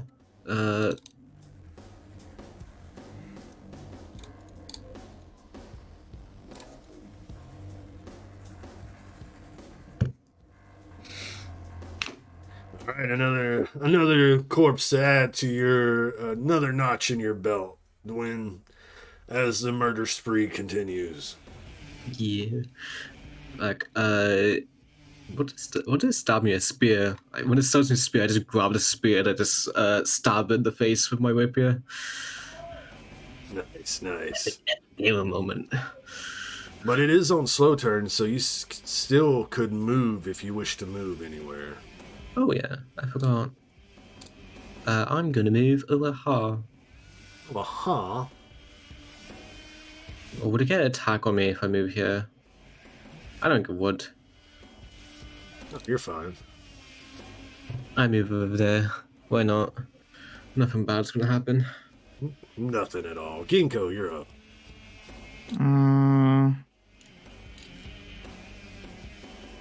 I just look at the last standing soldier of the one who protects the queen, and I just I just pick up a little stone, I scribble a rune on it, and I just fling it over to it. So it seeks a target. It seeks its target in like a targeting rocket, whatever, and I cast delay on it. Let's see. Ah! What is that? Oh, okay, because I need to target it. There you go. That should hit, so it's also slowed. Oh, nice. So it can only take slow turns. Yeah, so it's like a mini version of my slow spell, but like just for one target, basically. Mini slow. Nice. Mini slow. I'm not bothering with big spells anymore. Like this is just pew. Excellent. That's my turn. Actually, I can move around a little bit just so I can be in healing range if I need to. All right, that's my turn.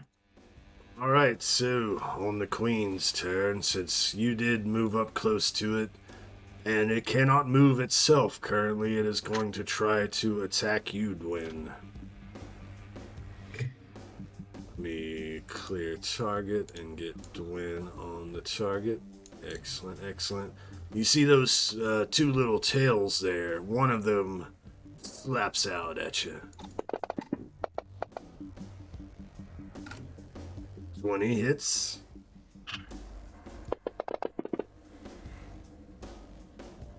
And I need a strength challenge roll, please. Can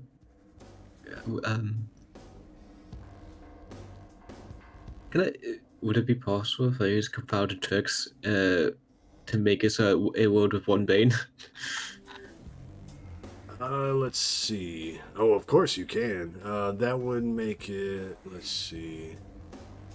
That would give it another bane because it currently has a bane for being immobilized. It automatically has 2 boons, being a badass. So it had only 1 boon. You can give it another bane, which would reduce that to only a 16. I still get a hit. Yeah, I'd leave it. I'm going to. I just want a strength challenge, alright? Yes. Excellent. And let me double check. I believe you take no damage, or might take half.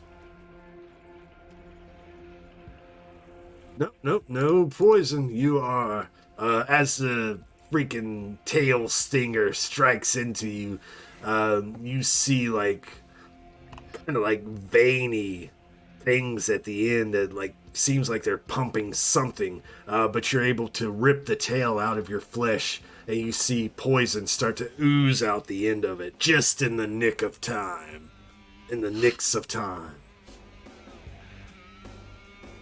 Nice. And that was the end of round 3. Alright, round 4. This is pretty much cleanup at this point, but let's let it happen. And they're both taking slow because that's all they can do. Slow turns. So let's see how this cleanup goes. Let me go ahead and put fast on your man there. And then, out of the 5 of you, who wishes to go first?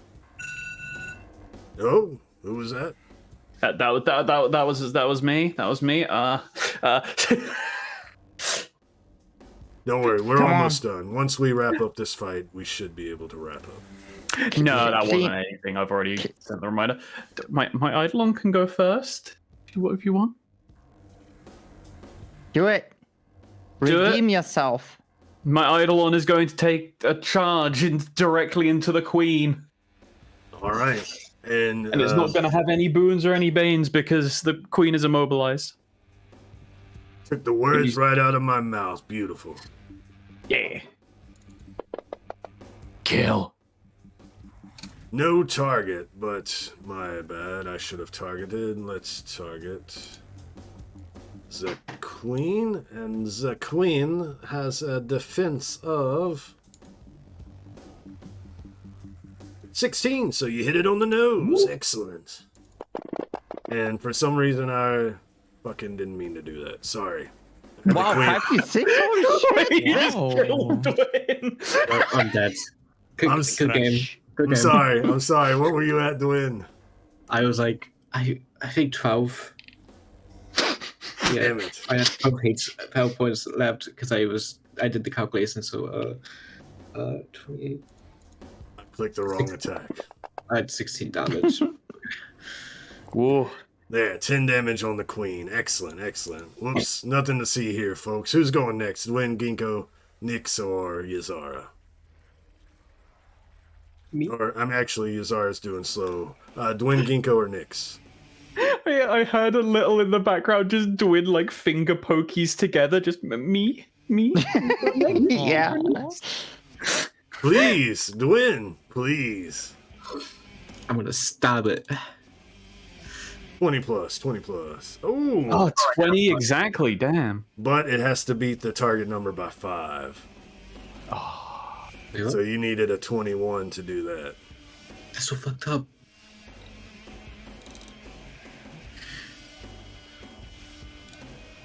Plus your 2d6 extra damage. 6, 7, 8. Let me add that in.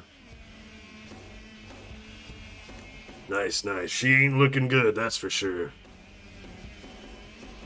Fortunately, you were unable to exploit the opportunity, though. Gingko or Nyx?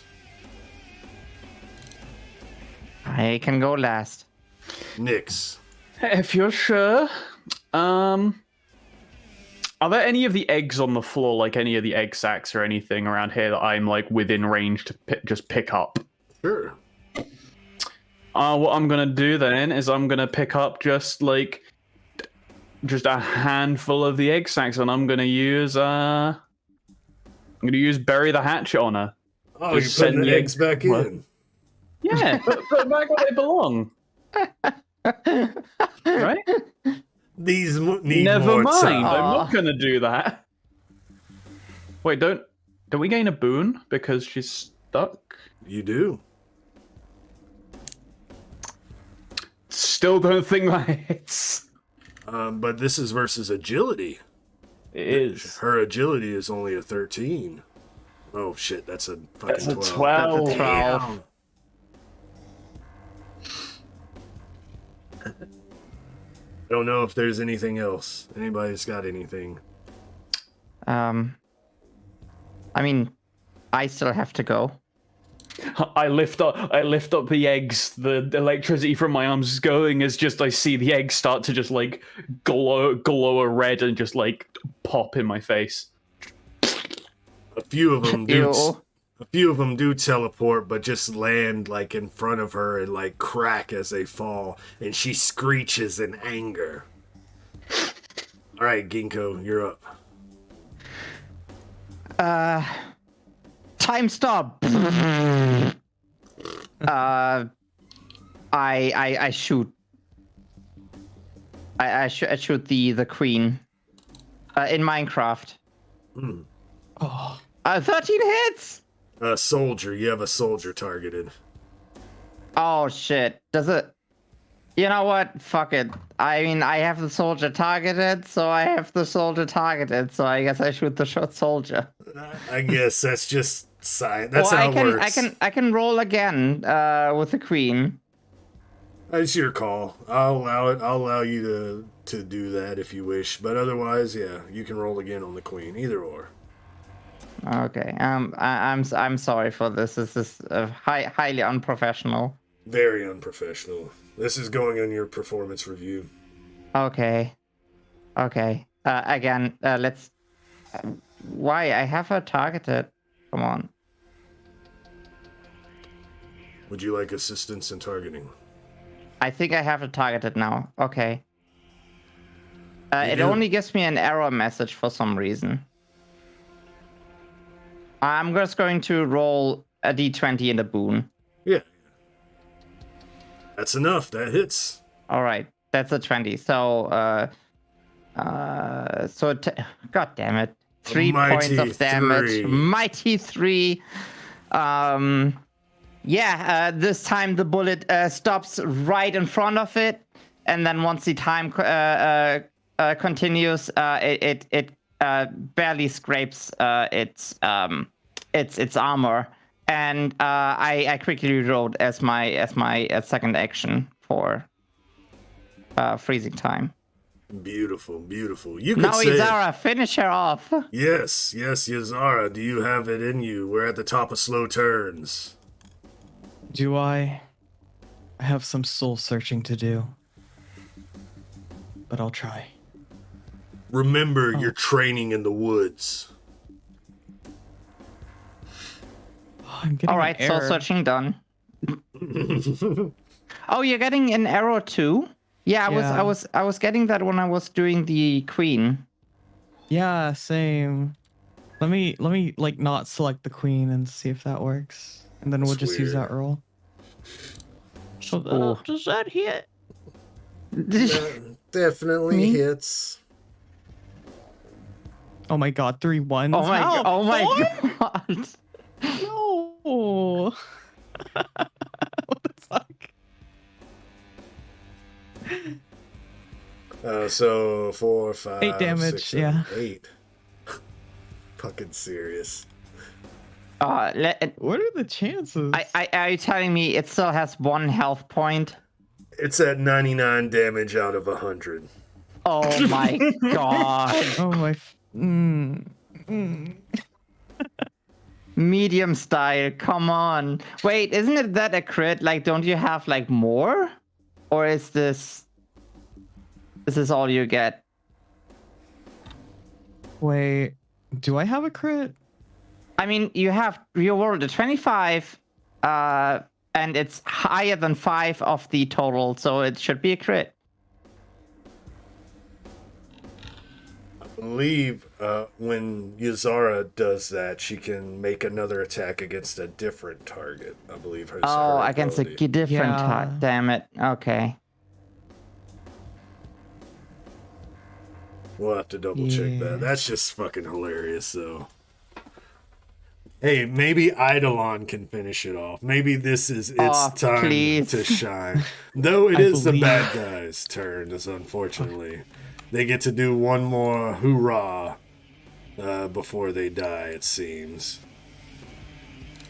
Do your No. biggest hurrah. Yeah.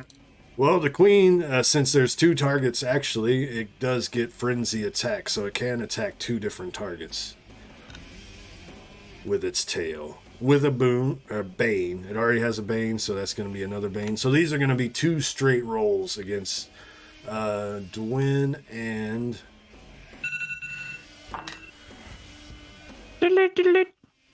I keep thinking I turn it off. Why does it keep coming back? Cylon's new name. It's I the don't like Eidolon. the boomerang. It keeps coming back. I don't want it anymore. Whooper Jr., also known as... It's like a 2 built-in straight alarm. rolls. One Oh, coming at shit. you, Dwen, but you were prepared for it this time. But Yazara, the second tail, you thought they were both going towards Dwen, but one of them stops at you, plants into you. I need a strength challenge roll. Dwen, still had you targeted, Dwen. I'm sorry, I'm going to take that 9 damage off. But 8 damage to you, and let me untarget Dwen.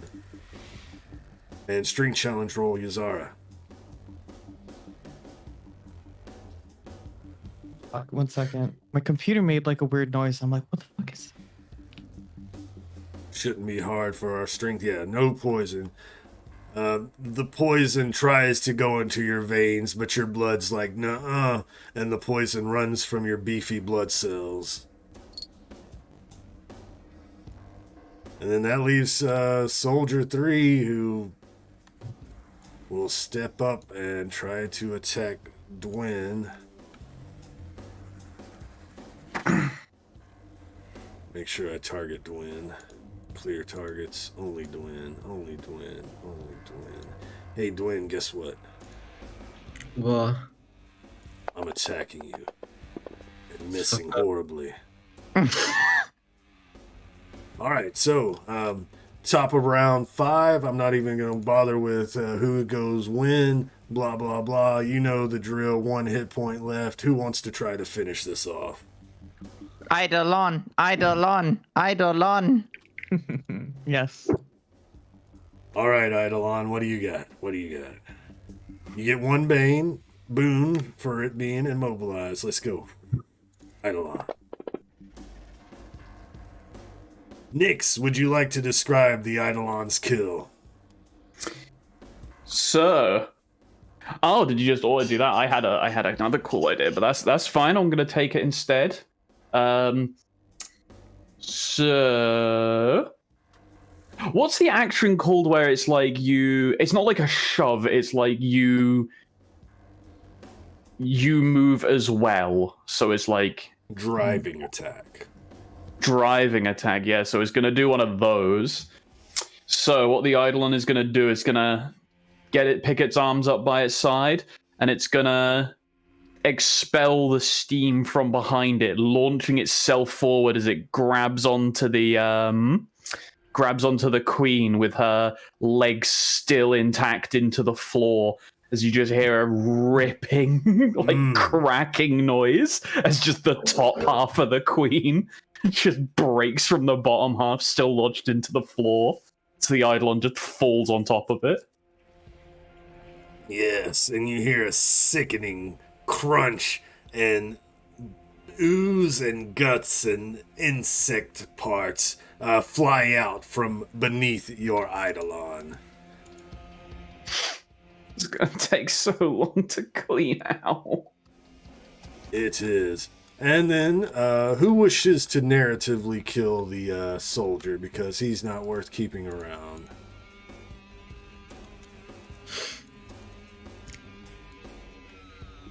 Suppose Mizara would walk behind it and just like cut it down in shock. Nice.